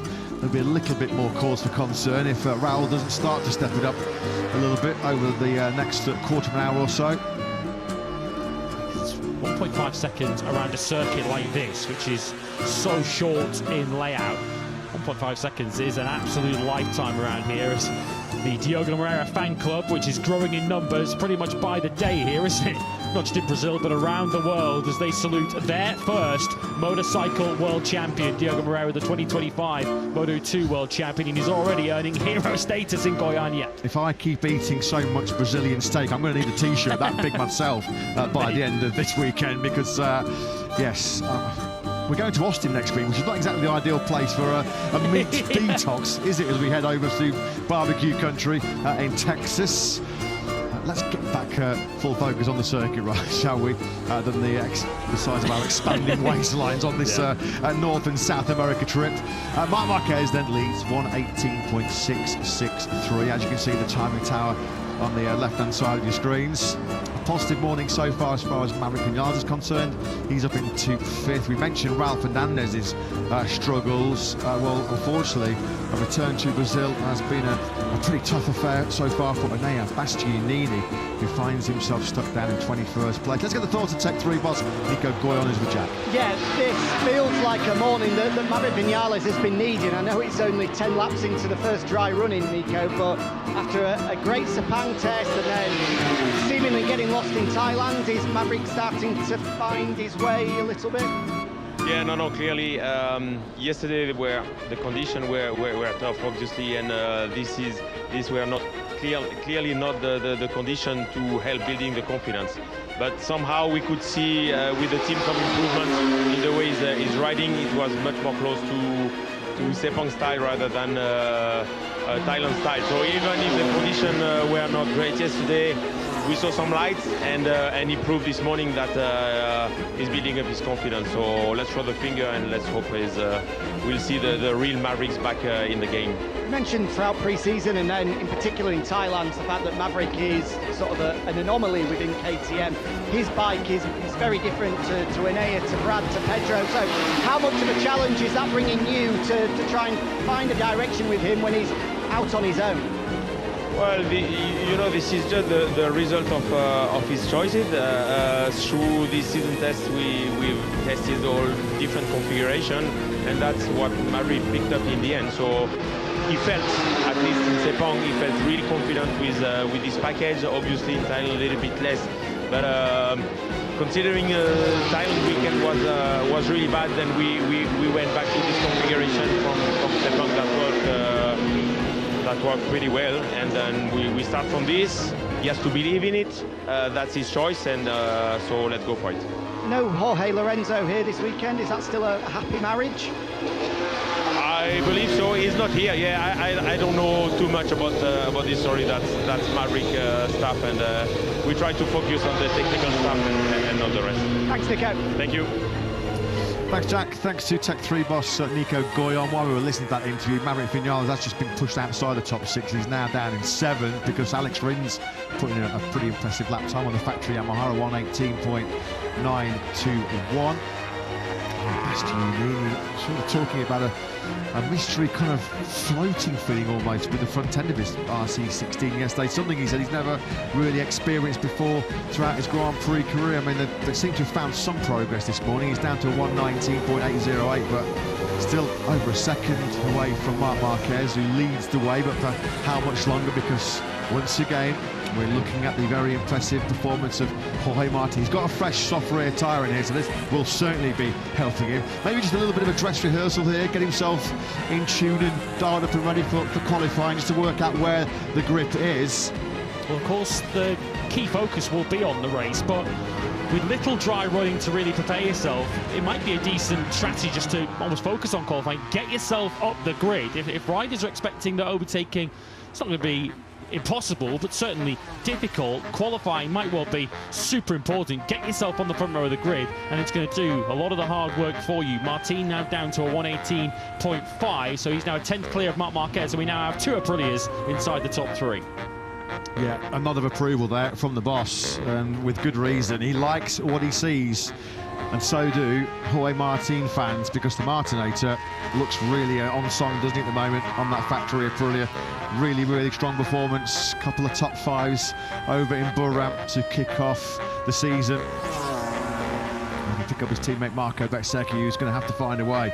Big 15 minutes coming up for Marco Bezzecchi if he's going to have any aspirations of winning 4 successive Grand Prix in his career. He's been the man of the moment on Sundays of late, hasn't he? As we pick up the number 12 then of Vinales. This is a pretty good lap coming in from Maverick. He's got a brand new hard front tyre and new soft rear tyre fitted to his Tech 3 KTM. The KTM squat solo, doesn't it, with the ride height device, down through 14. Back up into the top 5 goes Vinales with a 118.813. And what we're already seeing this morning just underlines what kind of problem Bez might have in qualifying 1. Maverick Vinales is in 4th place, he's in Q1.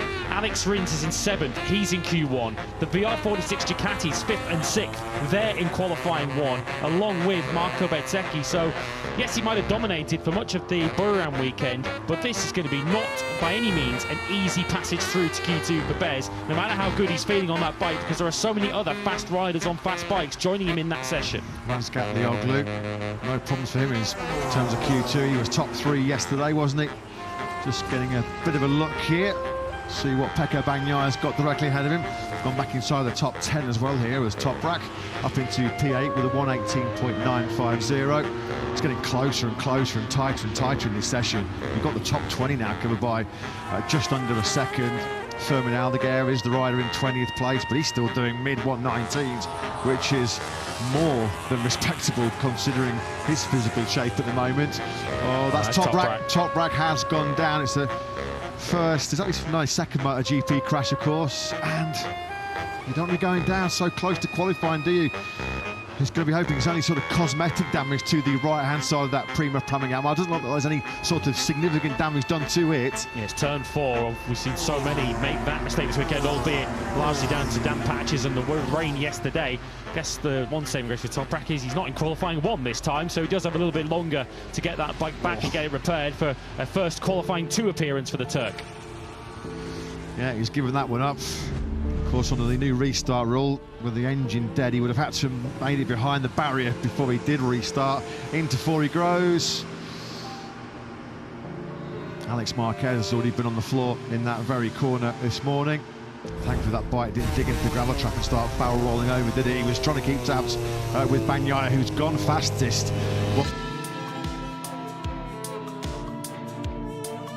Maybe that explains the Razgatlioglu crash, because Pecco Bagnaia, who was towing around the Turk, that was on course for the best time of the weekend so far there at 118.518.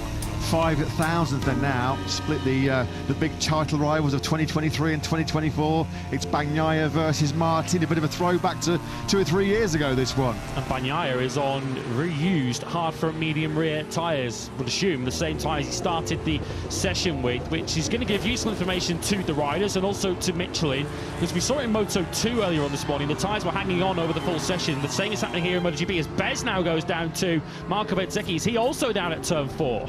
Something in our ears there, just a suggestion that somebody had gone down. Yeah, Marco Bezzecchi, well, he is in Q1, unlike Razgatlioglu. This just goes from bad to worse, doesn't it, for Bezzecchi? Down he goes, losing the front. Now this is unravelling a little bit, isn't it, that 4-hour tyre Grand Prix winner. Bez on board with it now. Front just folding out from underneath the Italian. What a hope in hell he was going to bring that one back. Turn 4 is proving to be a right pain, isn't it, for the MotoGP riders here this weekend. We saw Miller, Binder and Moreira go down there on a wet patch on the exit yesterday, but on the entry this morning we've lost Alex Marquez, Marco Bezzecchi and Toprak Razgatlioglu. Yeah, you really are on the limit through 4. It's the final in a series of right-handers, through 7 of them in a row, from turn 12 all the way around to turn 4. You're constantly either going straight or going right, and we're seeing a number of riders make mistakes through there. And Q1 gets underway in less than 20 minutes, and Marco Bezzecchi is going to be in a pretty precarious situation going into that session, where he dare not really take ultimate risks on his first run of Q1, because he might only have 1 bike to use. Top 12 covered by 4.5 tenths. What a Saturday morning it's already been here so far in Brazil. We're hoping the best is still to come. 2 dramatic qualifying sessions coming your way to complete the morning action, and then we go sprinting over 15 laps later on this afternoon, 3 p.m. local time. Not a strong second sector has been fired in by Jorge Martin. His name just popped up on the graphic at the bottom. Lost a bit of time in sector 3 as the Martinator, but it's been another very, very strong session as far as the Spaniard is concerned. Second quickest at the moment. Marc Marquez did just do a 1:18.3 unofficially because he went through the yellow flags for Bentseki's crash, but that's how quick he did go. Of course, that time did not stand because of the yellow flags for Marco Bentseki's crash. Look how fast Ayagura is currently going. So it's a good news, bad news session for Aprilia. The bad news still, unfortunately, Raul Fernandez is having another crash, Frankie. and this time it's Frankie Morbidelli, another Q1 participant. Yeah, Frankie Morbidelli was on a brand new soft rear tyre. Now, I just wonder whether that new soft rear tyre, the extra grip it was giving him, was pushing that sort of worn hard front tyre into fourth. Agura now has gone fastest. It's all kicking off here, isn't it, in South America. Morbidelli had set the fastest first 2 sectors of the session as he's gone down. An eventful second home Grand Prix for Frankie.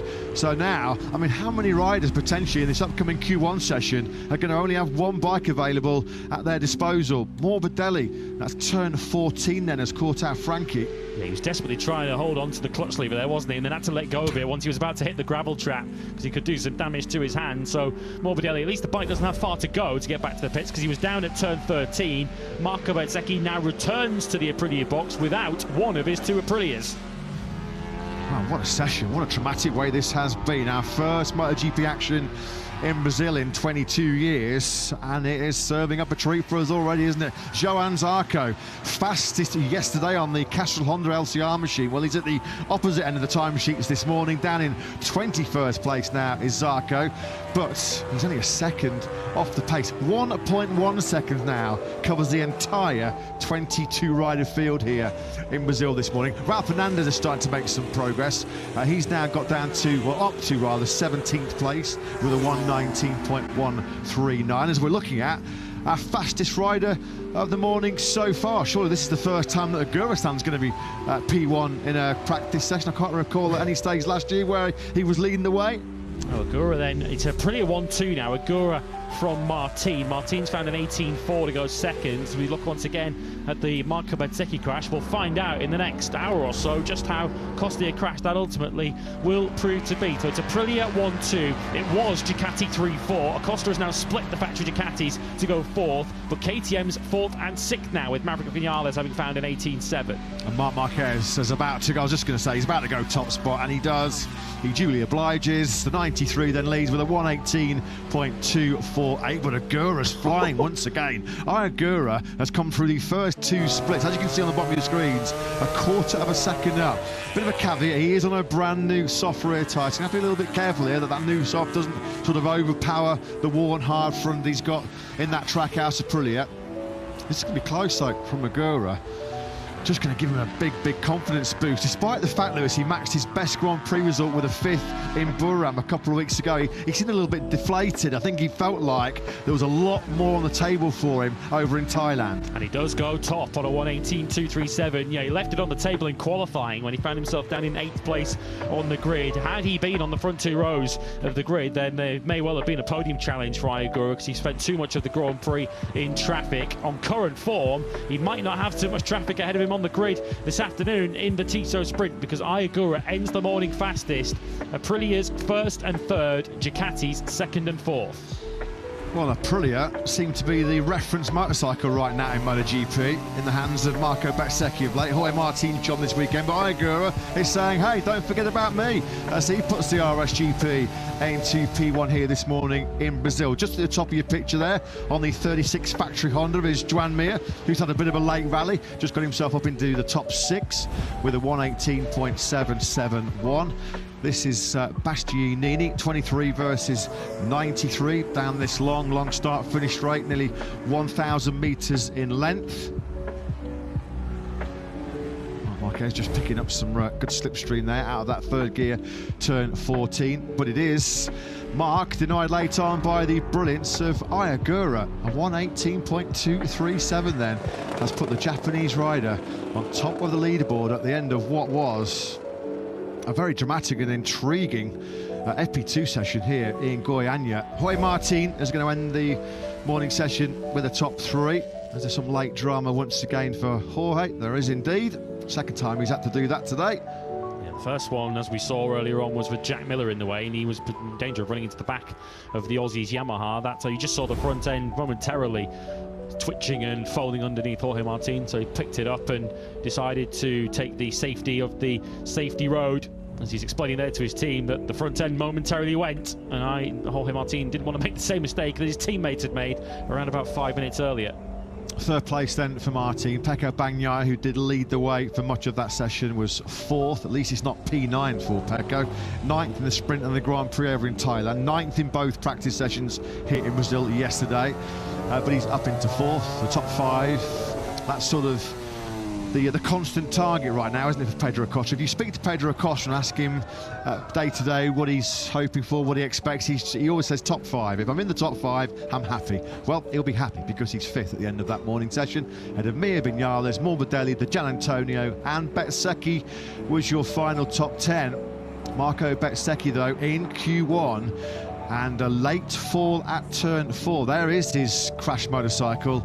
They've probably got it all on, haven't they, to get that one fixed up for him to have 2 bikes available in Q1. Likewise, Frankie Morbidelli, who was also down late on at turn 14.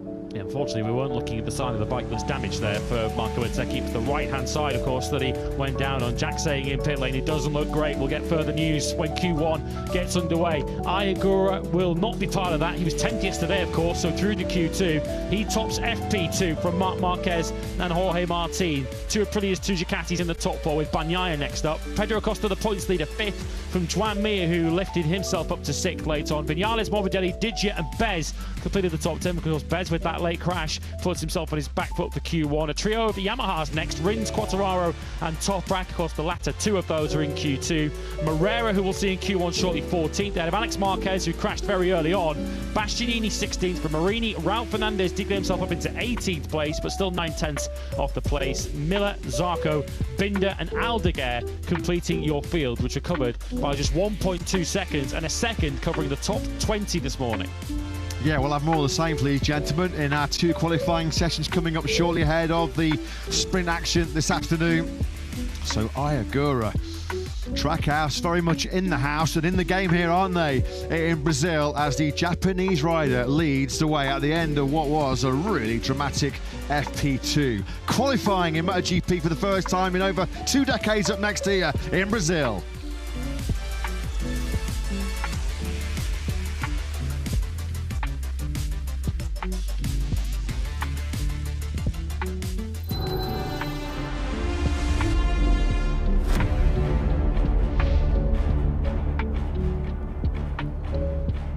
Welcome back to Goiânia. Welcome back to the Estrela Galita 0-0 Grand Prix of Brazil. This is a day that Brazilian fans have been waiting a long time for. The first time in 22 years, the South American fans in this part of this continent will see race action from the very best riders in the world. The MotoGP Tissot Sprint coming up in what, just over 4 hours time or so. Let's go Goiânia. Fantastic to be back in Brazil. Goiânia, the 10th largest city in this sport mad nation. A track named after a sporting god, a global motorsport icon in Ayrton Senna. Coming up next, we have a 15-minute Q1 session, which is going to feature our round 1 winner, Marco Bezzecchi. Can he produce some magic around what is the second shortest track on the MotoGP calendar, coming in at 3.84 kilometers, only the Sachsenring shorter in length to this Brazilian venue. We've had a warm welcome on our return to Brazil for the first time since 2004. Of course, that last race taking place in Rio de Janeiro at the Jacaré-Paguera circuit. Those grandstands for sprint time this afternoon are going to be jam-packed. It's the hottest ticket in Brazil here this weekend. Some big names, well, there always is, isn't there, in our opening qualifying 1 session, which will feature Luca Marini, fell at FP2 at the first corner. Jack Miller, Alex Rins, Mari Vinales, home crowd hero Diogo Moreira, Juan Mir impressed in FP2 inside the top 6. Brad Binder, Frankie Morbidelli had a tip off at turn 14 at the end of FP2. He's in Q1 as well, with Marco Bezzecchi and Raul Fernandez, of course, who've been on two of our last two podiums in the MotoGP World Championship. As we get this aerial shot then of the Autodromo International de Goiânia Ayrton Senna, let's go down to Jack Appleyard in pit lane. Has been keeping a very close eye on the repair job on Marco Bezzecchi's, or one of Marco Bezzecchi's crashed RSGPs. Jack, this is a massive 15 minutes coming up for our Thai Grand Prix winner. Is he going to have two bikes available? Well, the bad news is for all three riders that crashed in that FP2 session, Luca Marini, Franco Morbidelli and Marco Bezzecchi, is they're only going to have one bike at their disposal for this Q1 session. All of the riders up and down pit lane, signifying when they came in at the end of that one just how much that rear tyre is pushing the front. It feels like it's really critical to try and make sure that you don't tuck the front here, and it's going to be an even bigger task on the hands of Luca, Marco and Frankie now, knowing that they've only got one bikes at their disposal for this Q1. Yeah, thanks very much, Jack. Yeah, pressure ramped up to extreme for Marco Bezzecchi. Such a ice cool customer, but his last experience of this Goiânia circuit was this on his bottom at turn 4. And it's said in commentary, just got a feeling that some of these riders, when they put that new soft rear tyre on, it was just that was overpowering the front end here. This is on board with Bez then at 4. Yeah, not a cat in hell's chance of saving that one. And remember what happened to Marco Bezzecchi in Buriram on the Saturday. When he made one mistake, he compounded it with two more later on in the day. Of course, crashed in qualifying 2 after taking pole position and then crashed out of the lead of the sprint. So it's important here for Marco Bezzecchi that it's just the one error that he makes on this Saturday, because he cannot afford a second now. Just on the outskirts of downtown Goiânia. Population of over 1.5 million people. We've had such a welcome back to this part of the world, with Diogo Moreira's faces emblazoned all around the city. He, without any question, is the home crowd hero, the home crowd favourite. A lot of support though as well for Frankie Morbidelli. We saw, didn't we, in that FP2 session, his mother for the very first time, of course, his Brazilian mother, Frankie. She's here for the first time to watch her son in a live MotoGP race. Maverick Vinales just being held there by the Red Bull KTM Tech 3 squad. Vinales looking pretty strong in the earlier 30-minute FP2 session as he was inside the top 10. Maverick pretty eager to get on with business. Here is Luca Marini then, behind the sort of barriers inside the HRC garage is a damaged RC213V. So Marini also with just one bike at his disposal in this Q1 session.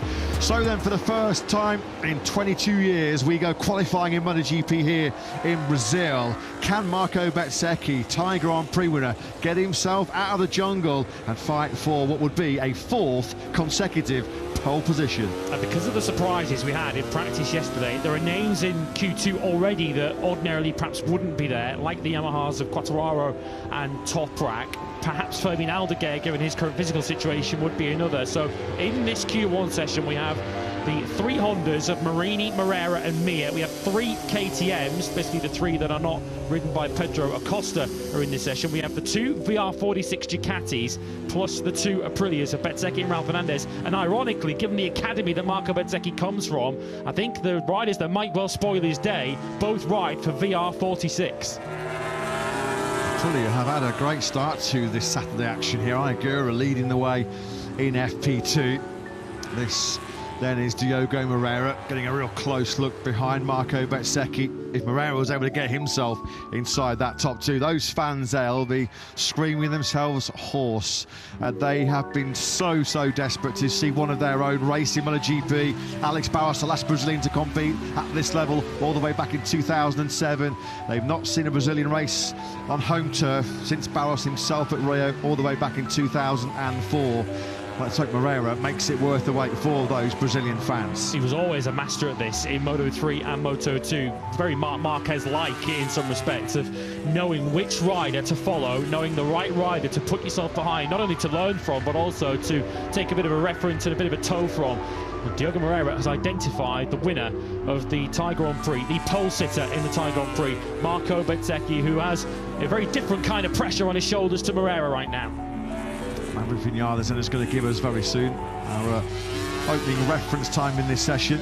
He's being pursued by one of his great friends, of course, former Moto3 batters, career-long rivals, haven't they, really, through all Grand Prix classes, Maverick Vinales and Alex Rins.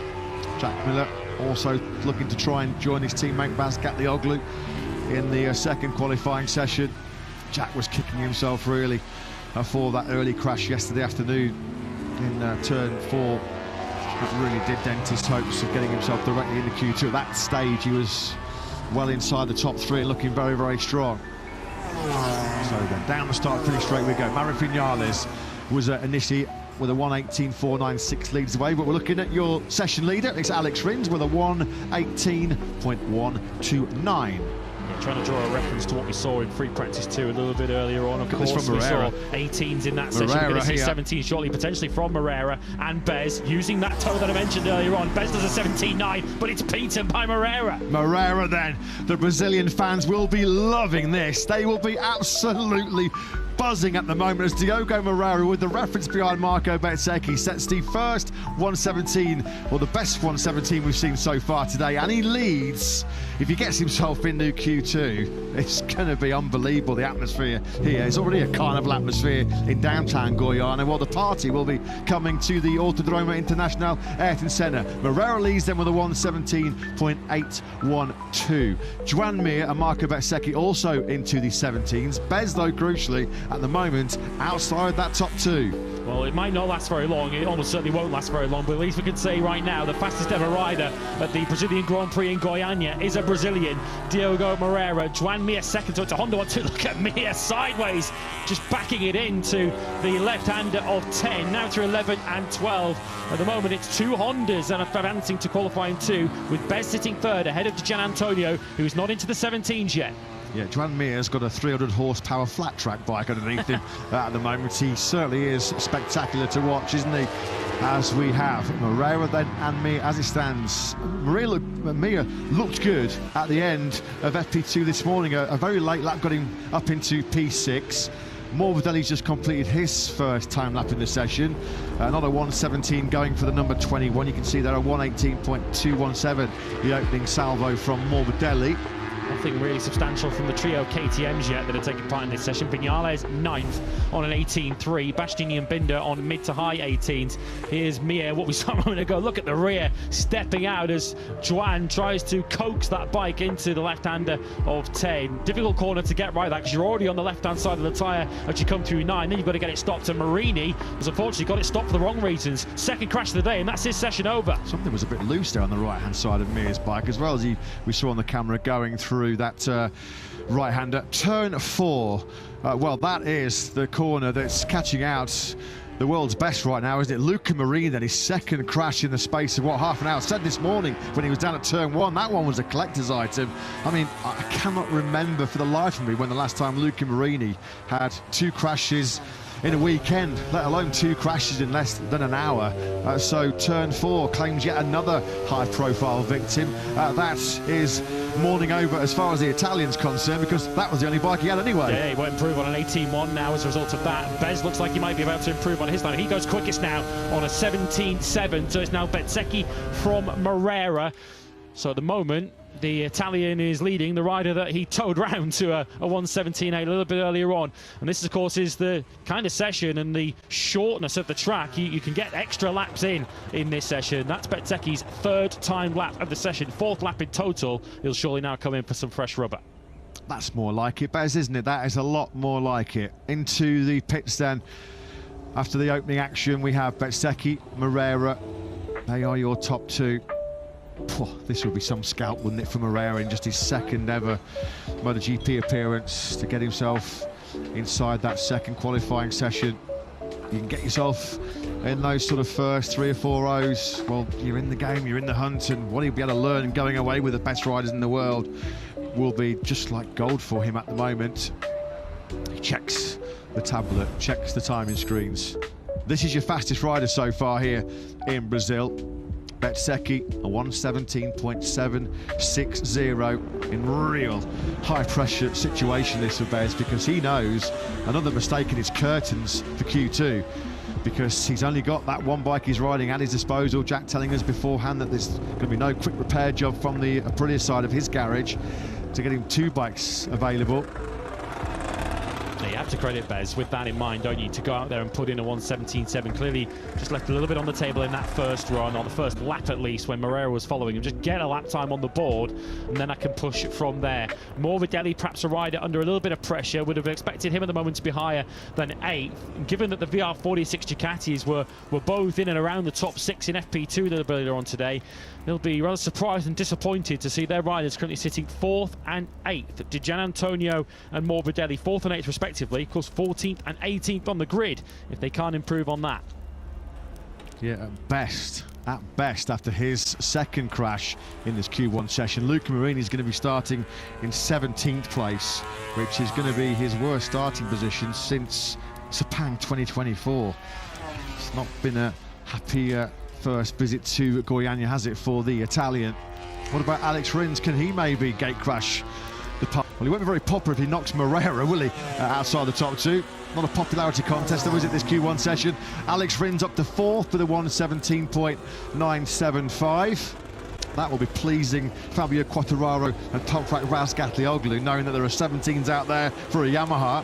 So Marco Bezzecchi now with, I guess, a little bit of pressure released off his shoulders. He's got a 17.7 on the board, but of course, even if he does go through, he's going to want to make sure that he's still got that one bike remaining for Q2 to get himself on the front row. Once again, he's got a Honda right behind him. This time it's 2, as Joan Mir and Diogo Moreira, of course, do latch onto the rear tyre of Marco Bezzecchi. So the top 5 riders all in the 1:17s. A quarter of a second covers them with 6 minutes remaining now. VR46 have got to deliver something special in the final stages of this Q1 session, because at the moment nothing really going for Di Gianantonio. He's 5th, that's 3 places ahead of Frankie Morbidelli. 18th on the grid in his second home Grand Prix is certainly not what Frankie came for, is it, as Diogo Moreira? Yeah, Moreira's just taken Mir on this outlap. He wants the rear tyre of Marco Bezzecchi. Moreira has his brain in gear, and of course he's got thousands of Brazilians roaring him on here. Marco Bezzecchi might be getting mugged off here by 2 Hondas behind him. He might be towing the pair of them to hot laps here. Marco Bezzecchi then is the reference rider in this opening qualifying session. They power then now down to turn 13. Hard on the brakes, long radius, sweeping double right-hander, and then you grab a handful of throttle, engage the rear ride height device, go through the gearbox, 3rd, then up to 6, around 345 kilometres an hour. Top speed now, actually, for the weekend is Marco Bezzecchi, 346.1 kilometres an hour. So he's got speed to burn down the start-finish straight, has Bez. Can he make the Aprilia work in the tight and twisty sections? And Mia's just done his best top speed of the session as well in that train. So trying to get a bit of slipstream off the Aprilia, as you say, the fastest bike in a straight line at the moment. Another advantage that Moreira and Mir might get. Mir puts in a strong first sector, as does Bezzecchi. A 17.7 doesn't look like it's going to be enough. You're going to have to improve upon that. Looking good from Mir. He's been brilliant in that first sector. He's got the double reference ahead of him. Double trouble potentially coming here for Bezzecchi and certainly for Moreira. Let's just track Mir there now as he comes through the second split very shortly. Is this lap ongoing for Mir? It certainly is. Well, the 3 of them here are on course for P1. And they need to be too, because Di Gianantonio has also just put in a fastest first sector. There are red sectors all over our screens. Moreira goes through the second split. The third sector is going to click up now. Moreira's lap has now gone away, so Mir now moves through. So it looks like Moreira might just have made a crucial mistake there, which might cost him a place in Q2. This track is evolving still this morning as it gets rubbered in. Every lap by lap, there's more rubber laid down on the surface. Bezzecchi then, Ralph Fernandez up into 4th place.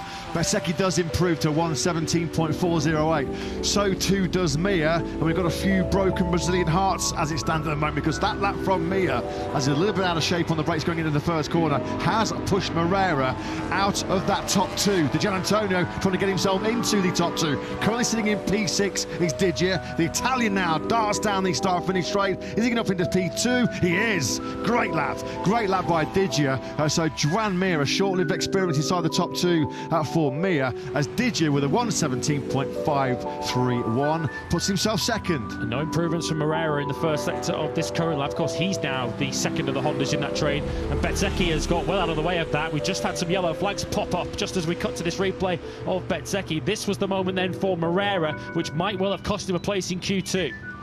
Yeah, without that.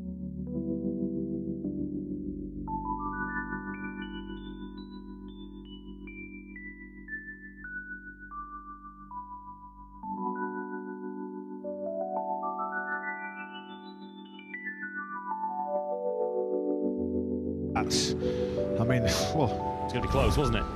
Punishment didn't really fit the crime as Jack Miller's gone down once again. Second crash of the weekend for Miller. Like Marini, he's had a pair of tumbles now at turns 1 and turn 4. Jack goes in, it was never really settled, was it? Sort of mid-corner, full lean angle. 2 or 3 big barrel rolls through the gravel trap for Jack. He was quickly on his feet, which is the good news. The bad news is, at best, Miller will be starting from 18th place on the grid. It gets worse for Luca Marini, as we feared it would do. His early crash at turn 4 has dropped him down now to 9th in the standings. What's happening to the KTMs in this session? They're the 3 slowest riders. Binder 10th, Viñales 11th. He's not going any quicker than he did in FP2. And Bastianini last as he was yesterday. Pedro Costa looks like he's going to be KTM's lone hope in Q2. Yeah, the Mattinghofen factory thanking their lucky stars that they do have a superstar in Pedro Acosta to uphold their honour, because, yeah, I mean, that is shocking, isn't it, by Binder? I mean, the best KTM at the moment is over 0.8 of a second from Bezzecchi. Viñales 9/10. Bastianini, who's having a bit of a horror show this weekend in Goiânia. He is the only rider that's not within a second at the moment of Bez. So yeah, the KTMs, or 3 of them, with plenty to contemplate. 90 seconds of this session remaining as Marco Bezzecchi runs off, going through turns 9 and 10. Has he done enough though? Looks like he has. Looks like his 1:17.408 is going to be good enough to book his place into Q2. Most important, that was all he had to do. The only job, the only task he had in this session was be first or second, keep himself in that battle for a 4th successive pole position. Just looking at the timing screens, cannot see anybody really posing any threat as we move into the final minute. Yeah, just cleaning all the dirt and dust off those Michelin tyres. They'll come in, of course, now for some shiny new fresh rubber for Q2. Yeah, the one threat might come from Frankie Morbidelli here, who's just done his personal best first sector. Of course, if he does take a place in Q2, he'll take it off his teammate. Binder is in the middle of this trio of KTMs who are trying to rescue their Saturday morning. I don't think he's going to get himself into Q2, but he might lift himself a row or 2 on the grid. Yeah, how high can this 3 get themselves? Viñales estimated P10. Well, that's only recovering 1 place, which is currently occupied by the 33 bike of Binder. Over the line we go. Viñales does indeed move up to 10th. There's no improvement for both Binder or Bastianini. What about Frankie Morbidelli? Well, this is not going to happen, is it? He's not going to recover the time he needs, surely, in these final couple of corners. And that's definitely gone. That's definitely gone. Just there, you can just see how eager, how keen Frankie was to make up the ground, and then just gets the bike out of shape on the gas, coming out the 3rd gear, turn 14. Over the line we go. Now, he didn't take the checker flag, did Frankie Morbidelli, but it looked like. I don't know if he rolled out of it on the run down into the first corner. And he would have been slow onto the straight anyway, having made that mistake out of the last corner, so wouldn't have got the run onto the straight that he'd otherwise have got. Of course, he doesn't want to run out of petrol again, as he did yesterday. You saw a bit of frustration there too for Raul Fernandez. He's going to have to go some to keep up his 100% podium record in 2026. After double podiums in Buriram, Raul Fernandez will start 16th for the sprint later. Yeah, not what we expected at all from Fernandez. He's been a serial podium challenger, hasn't he, in sprints and Grand Prix over the last few months or so. Maverick Viñales, nothing happening at all on this lap for Top Gun. We're going to have 3 KTMs at the back of the grid here, aren't we? We're going to have Viñales 20th, Binder 21st, and Bastianini 22nd. They're going to be thanking their heavens that they've got Pedro Acosta, the World Championship leader, because that was a real brutal Q1, wasn't it, for those trio of KTMs in it. Not so for Marco Bezzecchi. That was a top performance from our Thai Grand Prix winner. Put himself right under the cosh, didn't he, with that late crash at turn 4 in FP2. But we mentioned on Sunday in Thailand how it was bounced back, Bez. Well, so far on Saturday, he's done exactly the same. delivered when it really, really counted. Yeah, there was some serious pressure on Marco Bezzechi's shoulders there. Pressure that he brought on himself, with the performance in practice yesterday, but also the crash late in FP2. He's handled it so far. He's got one more session to go to get himself where he would expect to be, given the performance of his bike so far this year, and that is on the front row of the grid. Thumbs up from Bez, and I think of a little bit of a wipe of his brow as well. The sweat there for the heat, but also I think for the pressure on his shoulders. He will be joined in Q2 by the man on board that bike, Fabio Di Gianantonio. Diogo Moreira dared to dream. The Brazilian fans dared to dream. At one stage, it looked like Moreira was going to pick his way through into Q2, which would have been some result, some performance. He wasn't far away, was he, in 4th place? 14th on the grid then will beat Moreira. He was about 3/10 away from Fabio Di Gianantonio. That was the lap on his first run, wasn't it? Did you have to dig deep, didn't he? I mean, he was...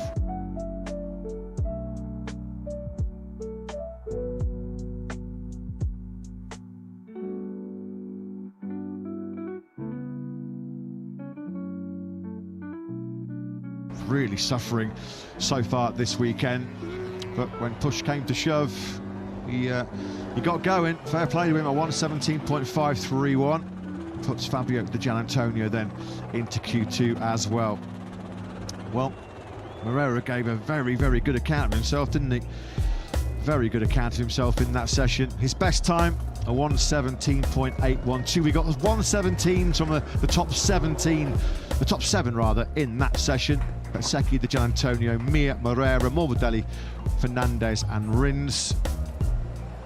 14th, as he was in qualifying in Buriram for Diogo Moreira, but it feels like he can have a real crack at the top 10 potentially from there. It's been a very strong weekend so far at home, with all the pressure on his shoulders and the eyes of a nation on him. So far, Diogo Moreira has certainly handled that pressure.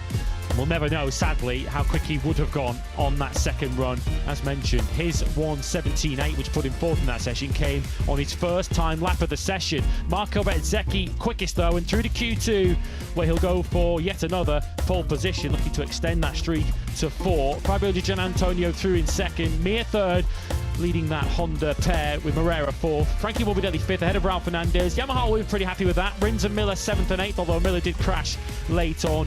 They're ahead of Luca Marini, who fell for the 2nd time this morning, and the trio of KTMs at the back of the grid. Neither of them getting into the 1:17s today. I think that's Brad Binder's worst qualifying in nigh on 2 years, going all the way back to the French Grand Prix Le Mans in 2024. Well, he put himself under pressure, but he delivered when it really, really mattered. Marco Bezzecchi then still on course for what will be career pole position number 11 in MotoGP. He leads Q1. Don't go anywhere, folks, because it's going to get pretty lively, pretty spectacular with MotoGP Q2 up next here in Goiânia.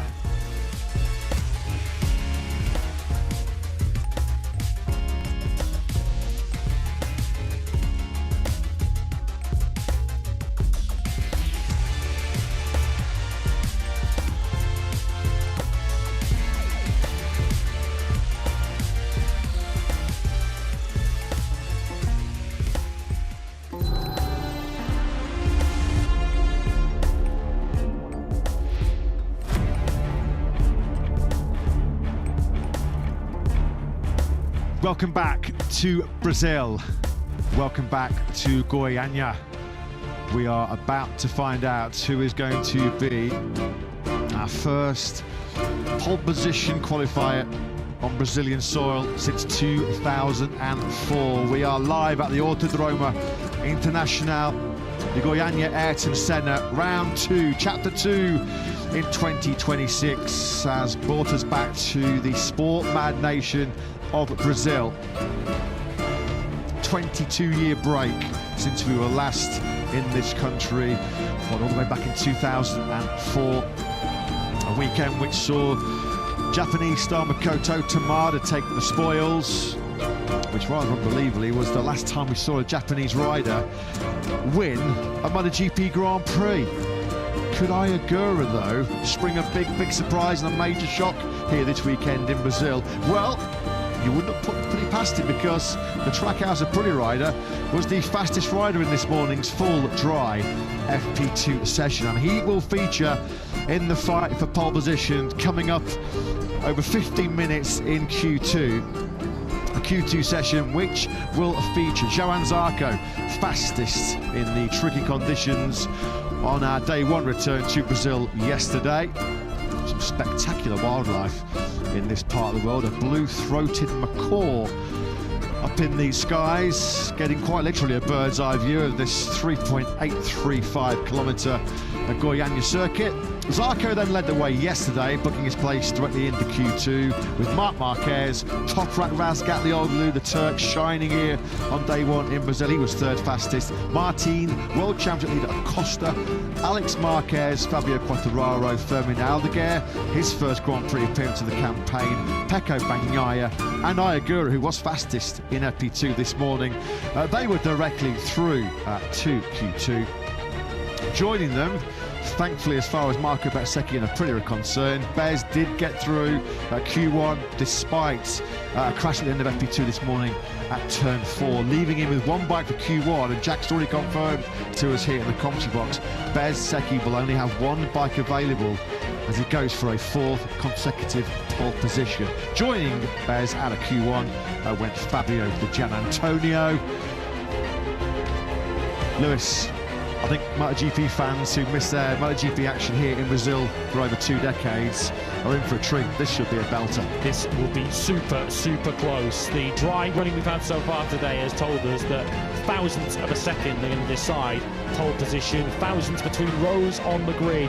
So you really are going to have to nail the perfect lap in this session. And we've got 12 riders, and it's difficult to really call which of the 12 of them will take pole position, because it has been a weekend of surprises so far. 2 Yamahas in this Q2 session, including the rookie Toprak Razgatlioglu. Johan Zarco, of course, our fastest rider yesterday, but perhaps finding going a little bit tough in more stable conditions today. Perhaps it's a battle once again between Ducati and Aprilia for pole position, and each of them have plenty of contenders in this session. Aprilia have 3 riders in this session, and of course Ducati now, with Fabio Di Gianantonio moving through, have 4 contenders in this session.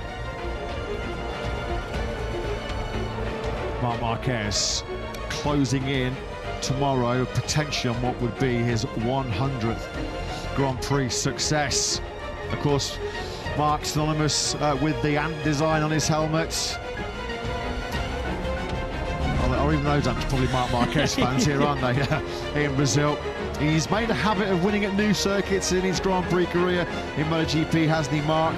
He won on our first visit to the Circuit of the Americas in Austin back in 2013. First visit to Termas in Argentina, of course, in 2014. First visit to Buriram back in, 2018 it was then. And then our most recent new venue at the Balaton Park circuit in Hungary. It was Marc Marquez that was victorious when he was in the midst of that amazing mid-season spell last year where he was just winning for fun. He was a winning machine, wasn't he? There were 7 successive sprint wins and Grand Prix victories, which really did catapult Marc towards that 7th MotoGP World Championship. One rider who's got big desires on wresting away that #1 plate is Pedro Acosta, who is the championship leader, sprint winner in Thailand, second in the Grand Prix, his best ever MotoGP weekend, that 32-point haul from Acosta. Here we go then, 22 years in the making. We're going to find out for the first time in over 2 decades who is going to be a MotoGP pole starter here in Brazil. Can he be for the 4th Grand Prix in a row? Marco Bezzecchi with just 1 Aprilia at his disposal. Bez then out here in Goiânia, smelling more blood. 12 riders in this Q2 session. Of course, 11 have 2 bikes available to them. Toprak and Alex Marquez, who had crashes earlier on, do have a second bike ready to go if they need it in this qualifying session. Because Marco Bezzecchi, 1 bike, but of course won't have the usual disadvantage of coming to Q1 because they haven't gone through new tyres at the same rate of knots with the wet weather around so far this weekend. So Marco Bezzecchi shouldn't have that disadvantage as a Q1 graduate. Confidence will be coursing through the veins of Agura-san at the moment, having led the field in that earlier FP2 session. Very impressive performance by the 2024 Moto2 World Champion. Johan Zarco The wily old Frenchman, the wise old fox at 35 years of age now, calling on all of his experience yesterday to lead the way in what were really mixed conditions. It's Alex Marquez and Fermin Aldeguer just happy to let Pecco Bagnaia lead the field on this outlap. They don't want to be the tow trucks in this session. They want someone ahead of them, because it worked quite nicely for Diogo Moreira on the first run of Q1. Sadly, then got it wrong on his second run. So it's Bagnaia who leads this train of riders down to turn 1, and we're trying to pick out the World Championship leader. Here he is, Pedro Acosta. At the moment, 3 KTMs have qualified. They're all at the back of the grid. Can Pedro Acosta put his KTM somewhere near the front? Yeah, somebody needs to cheer KTM up, don't they, this morning after a nightmare Q1. We'll see Viñales, Binder and Bastianini start 20th, 21st and 22nd. No pressure, Pedro, at all, as we look at Pecco Bagnaia then. 9th in the sprint, 9th in the Grand Prix over in Thailand. Certainly not what the Italian came for after a very promising pre-season on the factory GP26. 1:17.408 has been our fastest time of the weekend here so far. That was the time that got Marco Bezzecchi and Bagnaia. Well, that was a straight up and down crash, wasn't it? Bagnaia bites the dust in spectacular fashion there. Wow. Super fast, wasn't it, there for Bagnaia? Does he get a little bit wide? Doesn't even get a chance to get anywhere near the edge of the track. The front end washes before he's even arrived at turn 10. And Bagnaia with a big slip-up early on in this Q2 session. Marc Marquez is flying behind him.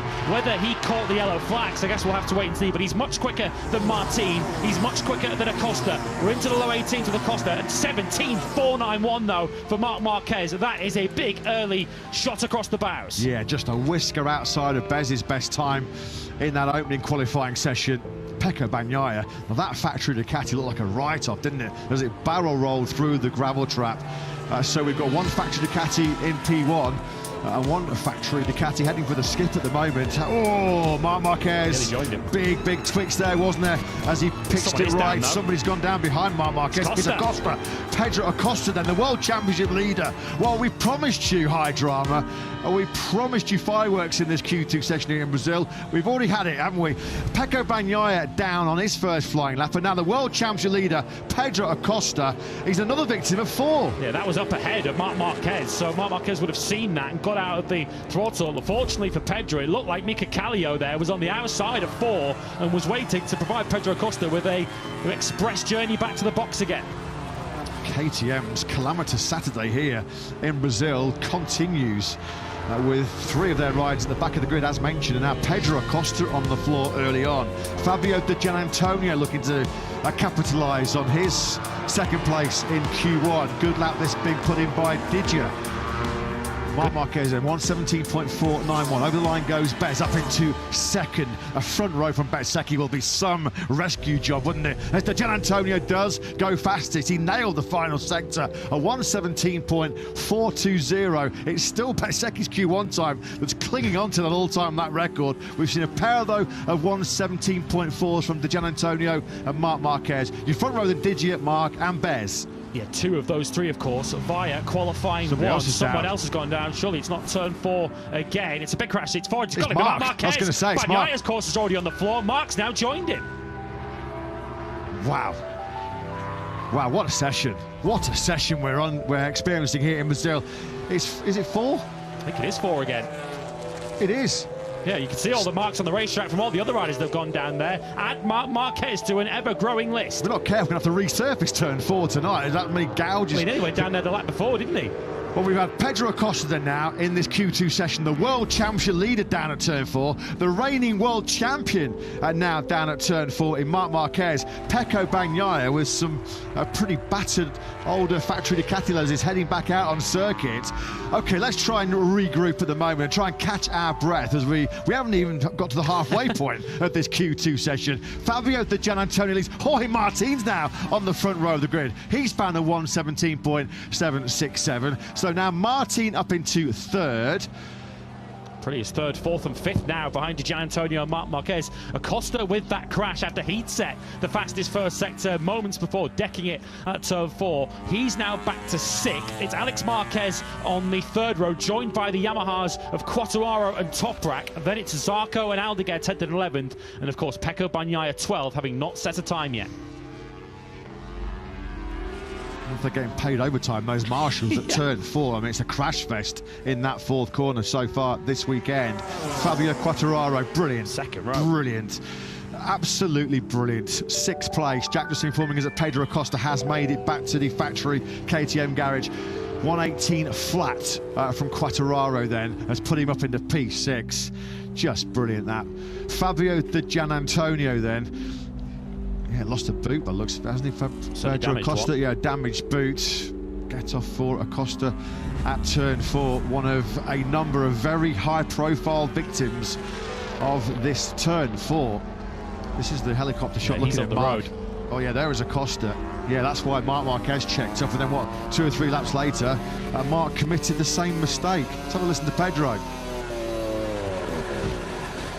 It goes so quick, you don't have there's no chance of you saving those on your elbow or your knee going through 4. Fast entry on that right-hander. The most important roles in this session at the moment are the spotters on the outside of the racetrack with scooters nearby. I think you want to park yourself at turn 4 to potentially bring a rider back. We've already seen Marc Marquez and Pedro Acosta.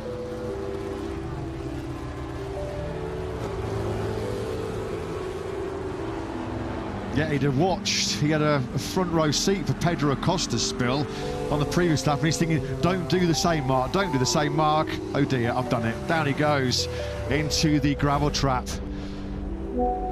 Marc Marquez, at the moment, there's been no serious damage done to his qualifying hopes. The crash still 2nd place on the grid. Fabio Di Gianantonio is really cashing in on getting out of that Q1 session. But at the moment, he's going from Q1 to pole as it stands, that 1:17.420. Agura, fastest this morning there, P2, is continuing his excellent form. He's on the middle of the 2nd row as it stands right now, sandwiched in between Bezzecchi and Quartararo. Acosta's mistake at the moment has left him 7th on the grid. So Bagnaia is about to put his first lap on the board. This is going to put him somewhere near the Yamahas of Quartararo and Toprak, in fact, right between them. He goes 9th.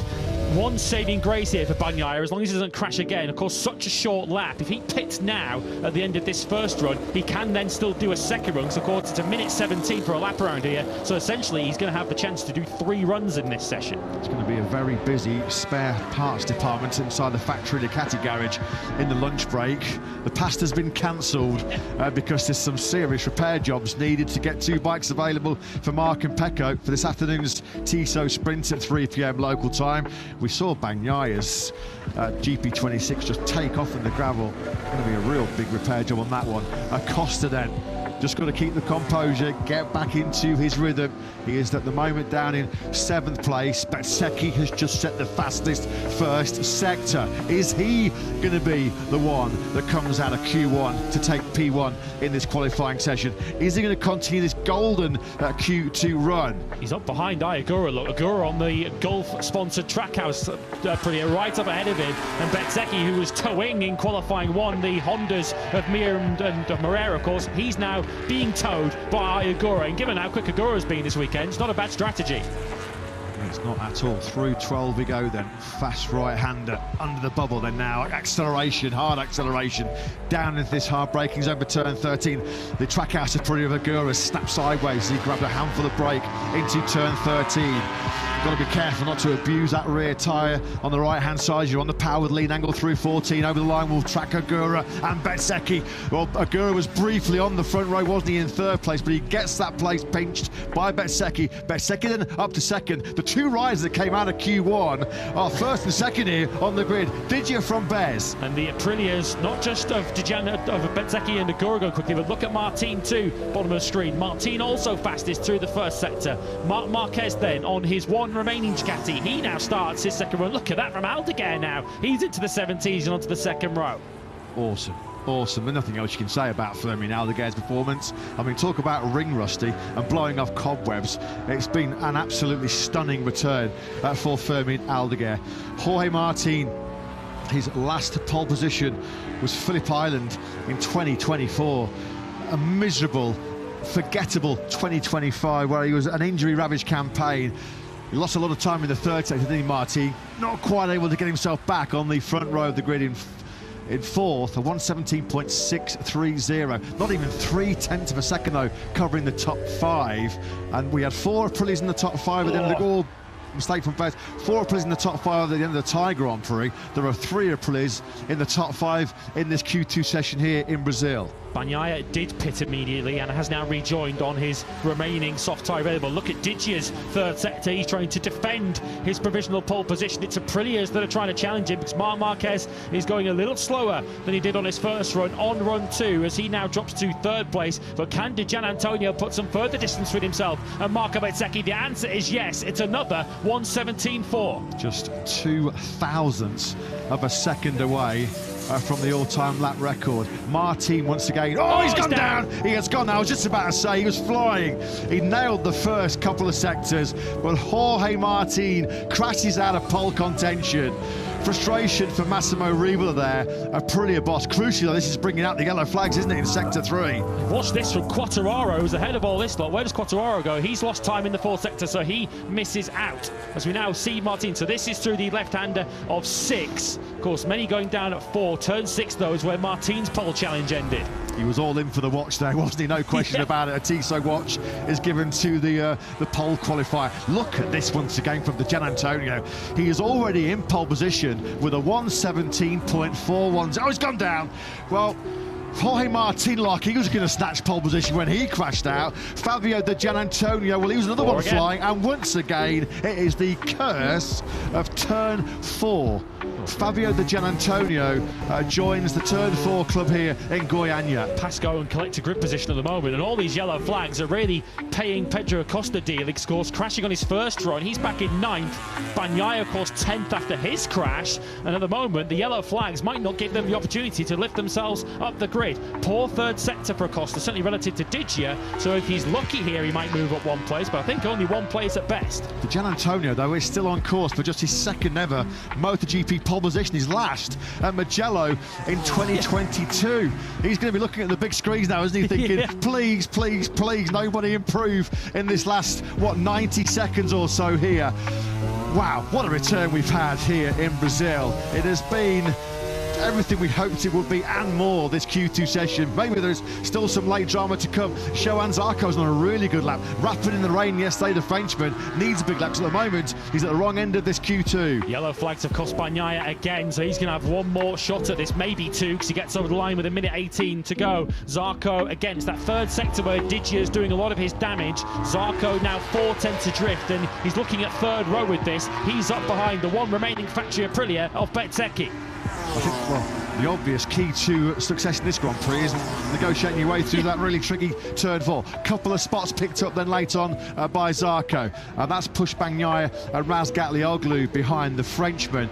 Quartararo once again has just gone fastest through the 1st sector. He's now fastest through the 2nd sector. As Lewis said, surely not. Even by his surely standards. not. I mean, he delivered some of the best single laps you've ever seen as he set pole position after pole position in 2025. Ayagura. Well, the last time we were in Brazil, a Japanese rider, Makoto Tamada, won the Grand Prix. This is going to be super, super tight between Quartararo and Agura. Marc Marquez, his place in the front row of the grid here, is under some serious threat. Quartararo, P5 estimated, will track the 2021 world champion over the line. He's up into 4th. So close. What about Agura-san? Ayagura now is the one to watch. What a lap. A 1:17.561 from Fabio Quartararo on the factory Yamaha. It's gone for Agura. It has gone for Ayagura, and he'll take the checkered flag. He's going to be at the back of the 2nd row in 6th place. And despite his late crash in that fight, well, at turn 4, it looks like it's going to be just the 2nd pole position of his career in MotoGP for Fabio Di Gianantonio. Marco Bezzecchi, who also came out of Q1 with Digia, is going to be 2nd on the grid. Marc Marquez, after a crash at turn 4 as well, is going to be on the front row. Just a quick look at the timing screens. Nothing that's going to threaten that top 3 with the checker flag now out. Yeah, Bagnaia only went 11th on his final lap. He's only ahead of top right. Disastrous session for Pecco Bagnaia. Acosta 9th, so he also pays a big price for his crash. But what a morning if your name is Fabio. How Fabio Quartararo did that, I will never know. Quattararo. That bike, with no disrespect to Yamaha, has no business being fourth on the grid, but Quattararo's managed it. But Fabio Di Gianantonio is the star of this Saturday morning in Goiânia. He takes pole position for the Brazilian Grand Prix. Just the third ever pole position of Digi's Grand Prix career. This is his 188th start. Well, what else can you say? How can you not love MotoGP? Well, we waited 22 years to come back to Brazil, and that was just phenomenal. It had us on the edge of our seats from the first lap to the last lap. It was a Q2 that was so full of drama, so full of big moments. Marc Marquez, this has actually gone back out on circuit as well. There was another big moment there, wasn't there, for the number 93. Out of all of it, somehow the Gianantonio's on pole, Marc Marquez is on the front row. Those pair crashed in that session. How the hell does Ucho Salucci, VR46 boss, try and talk about that one? Did you on pole? And he's the Jack. What a session. Yeah, incredible session. What a return to Brazil. Ucho, both of your riders in Q1 this morning, and now one of them's on pole position. How good does that feel? Yes, thank you very much. Yesterday was a difficult day for us, and today we come from Cuan. We put the kudu, we make the pole position. Is Di Gianantonio make a fantastic lap. I'm so happy for him, for our team, for everybody. Congratulations. Grazie, thank you to everybody. Very happy Ucho Salucci, part of the Portimao Enduro VR46 racing, but he's going to have to which way to Parc Ferme, walk his bike into Parc Ferme. Not very often you get a crash motorcycle that comes to the P1 board.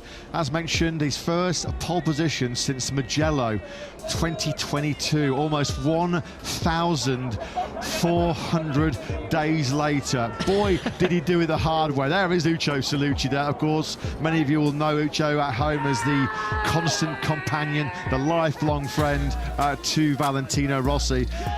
Yeah, Digi's crew pinching themselves. It's fair to say that pole positions are a rarity as far as Fabio Di Gianantonio is concerned. It's only his 6th ever front row start in the MotoGP World Championship, what's going to be his 81st start. Marco Bezzecchi, when all's said and done, is on the front row of the grid, fastest in Q1, fastest ever rider as well around Goiânia. I mean, how do we try and cover off the stories that have unfolded in that 15-minute session? Everybody has got a story, a book long, to write about that session. Digia, a crash to pole position. He and Bez, both from Q1 to pole position. Marc Marquez with a 4-3rd. But the V4 is P4 on the grid. And surely in their wildest dreams, Fabio Quattararo and Yamaha dare not have expected that. Said it a million times. That guy, Fabio Quattararo, is mustard. He is pure class.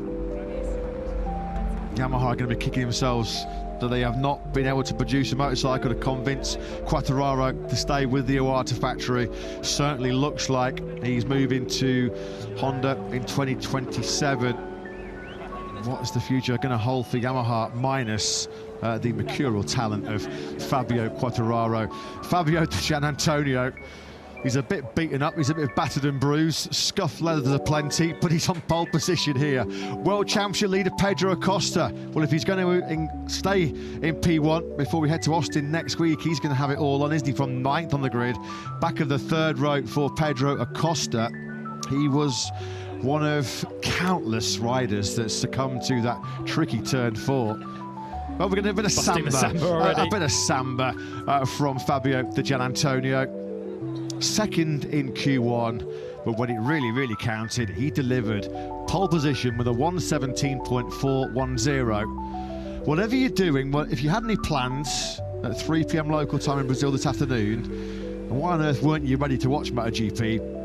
But cancel your plans. Make sure you book your place on the sofa for our 15-lap TSO sprint this afternoon, our 31-lap Grand Prix of Brazil here tomorrow. Because if we're going to get anything like what we've seen in that Q2 session, well, Brazil is going to be back on the calendar with an almighty bang. There are 3 or 4 riders besides Di Gianantonio, who will be going into the sprint later on saying, I should be starting this on pole position. Got Bagnaia crashed early on, Acosta who crashed. Marc Marquez also crashed, and he starts third for the sprint later on. He's talking now to Jack. Mark, that was always going to be a really difficult session for everybody, pushing on a dry track for the very first time. You look okay after that crash at turn 4. Just tell us that you are and talk us through how the session went. Yeah, never easy. First time you go out on a dry track, already the time attack, because that 30 minutes we were able to set up a bit the bike, and yeah, happy with the front row, especially because I expect much worse in this circuit, and at the moment I'm defending in a good way. So let's see if we can be with that 2 guys in the sprint race. Good luck this afternoon. Thank you, thank you. He's one to watch, no question. You're right, Marc Marquez off at your peril, don't you? Almost half of the field in that Q2 session were on the floor. 5 out of 12 riders bit the dust, including Marc himself at turn 4, including the world champion leader Acosta, who's at the back of that 3rd row. You can see the damage to Marquez's leathers there after the spill at 4. He'd already seen Pedro Acosta on the previous lap dump the factory KTM into the gravel trap at that 4th corner. Alex Marquez, after crash this morning, he's 8th on the grid. Marco Bezzecchi, though, was almost last on day 1 here yesterday. He's the all-time lap record holder, and on the front row here in Brazil, he's with Jack. Well, Marco, you were bounce-back Bez in Thailand, bounce-back Bez again today. After a difficult first day, that was a great performance to get onto the front row of the grid. Just how important was the knowledge from Q1 to help you finish 2nd? Was for sure was a nice session. The qualifying one, of course, is always super tough because many riders were super quick. So it was helpful, of course, but also was difficult to manage to go through. Fortunately, we made it, and the guys did a great job. We understood what was wrong yesterday, and today I felt a little bit better. Of course, I think still my pace is not enough. I didn't have much time to work on it, but let's see. Let's wait the sprint and let's try to make the best that we can. Great job, well done. Thank you. We will wait and we will see in the sprint what the world's best riders are going to deliver here in Goiânia. Yeah, he's shown some pretty impressive powers of recovery already so far in 2026 rather, hasn't he, Marco Bezzecchi? There is a Brazilian sporting legend, FIFA World Cup winning captain, KIVEE, enjoying the Parc Fermé celebrations here with Fabio Di Gianantonio. The VR46 racing team are sporting a special Brazilian national football team flag, sort of livery here this weekend, and sort of team uniform.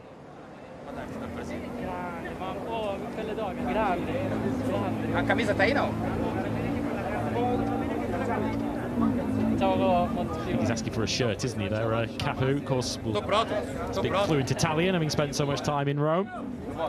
So very, very shortly. Yeah, I know Jackson will be down there asking for a shirt as well, I'm sure. Let's hear from the poleman soon, though. Fabio Di Gianantonio.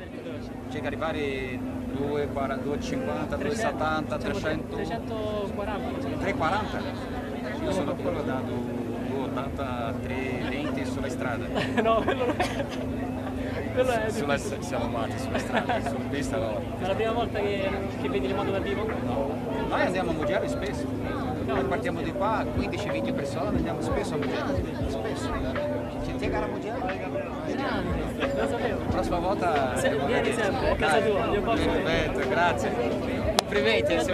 Complimente indeed, KIVEE says to our pole sitter here in Brazil, Fabio Di Gianantonio. What a weekend he's had so far.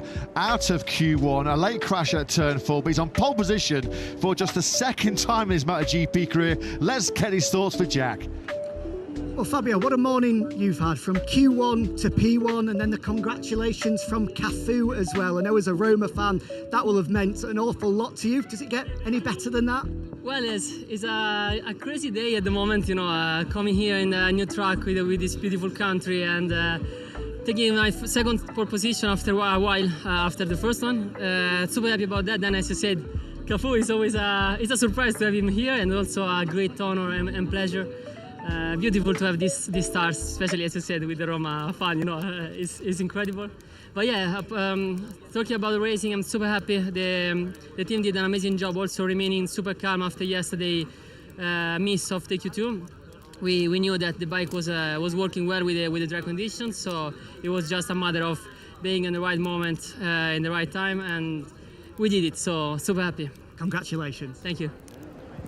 Huge congratulations to Fabio Di Giannantonio. Can he convert just his second ever MotoGP pole position to what would be his second ever MotoGP victory? Of course, his one and only win in the top class at Qatar in 2023. Fabio Quartararo fastest in Sector 2. How is Fabio Quartararo able to do that? There are the special Brazilian shirts for the VR46 crew here this weekend, and it's brought them some good fortune and some good luck, hasn't it? Hoymar team will go from P5. Can we not just go into the sprint right now, because it's going to be a belter, isn't it? This was the late drama that came the way of the number 89. At this stage, Hoymar himself, through the first 2 sectors, was up by over a tenth of a second and threatening his first pole position since the end of 2024, the year, of course, that he went on to be crowned world champion. No significant damage done, though. Martin in P5, one of 5 fallers in that session. A lot of them former MotoGP and current world champions. Martin, Marc Marquez, Bagnaia, all down. The current series leader. Big task on the hands of Pedro Acosta, Lewis. This circuit, the riders said they really like it, but it's narrow, hard to overtake. Coming from 9th on the grid, Acosta is going to have to get those elbows pretty sharp. He's going to need that fast-starting KTM. It's been a miserable morning for the Austrian brand. 3 at the back, and Acosta 4 from the back of Q2. Fabio Di Giannantonio, though, on pole position for just the second time, first in nearly 4 years. Marco Bezzecchi, who did set a lap time in Q1 that would have put him on pole, starts second, though, ahead of Marc Marquez, one of our 5 fallers. Quartararo, heroic 4th, ahead of Martin and Agura. 2 more Aprilias on row 2. Aldeguerra, stunning 7th, ahead of Alex Marquez, his teammate, and Pedro Acosta, the points leader, 9th. Zarco, Bagnaia and Toprak on row 4. Mir leading a couple of Hondas on the 5th row, ahead of Moreira and Morbidelli, whose Mood 1 had been held by his teammate taking pole. Ralph Fernandez 16th, ahead of Rins, Miller, Marini and Maverick Vinales, leading a trio of KTMs on the back row. Well, I'm sure that has whetted your appetite for the sprint coming later on this afternoon. In terms of the BMW M Award, Marco Bezzecchi it is that leads the way. There was not a 4th consecutive pole position for the Italian. He did come mighty close, denied by only 0.07 of a second. At the moment, very early doors, of course. It could be a nice shiny BMW going back to Italy's Adriatic coast for Marco Bezzecchi. Well, that was something extra special, wasn't it? What great entertainment from the greatest motorsport show on earth here in Brazil. Q2, one of the most dramatic we've seen for many a year, ends with Fabio Di Giannantonio on pole position. Join us for what should be another classic sprint here in South America.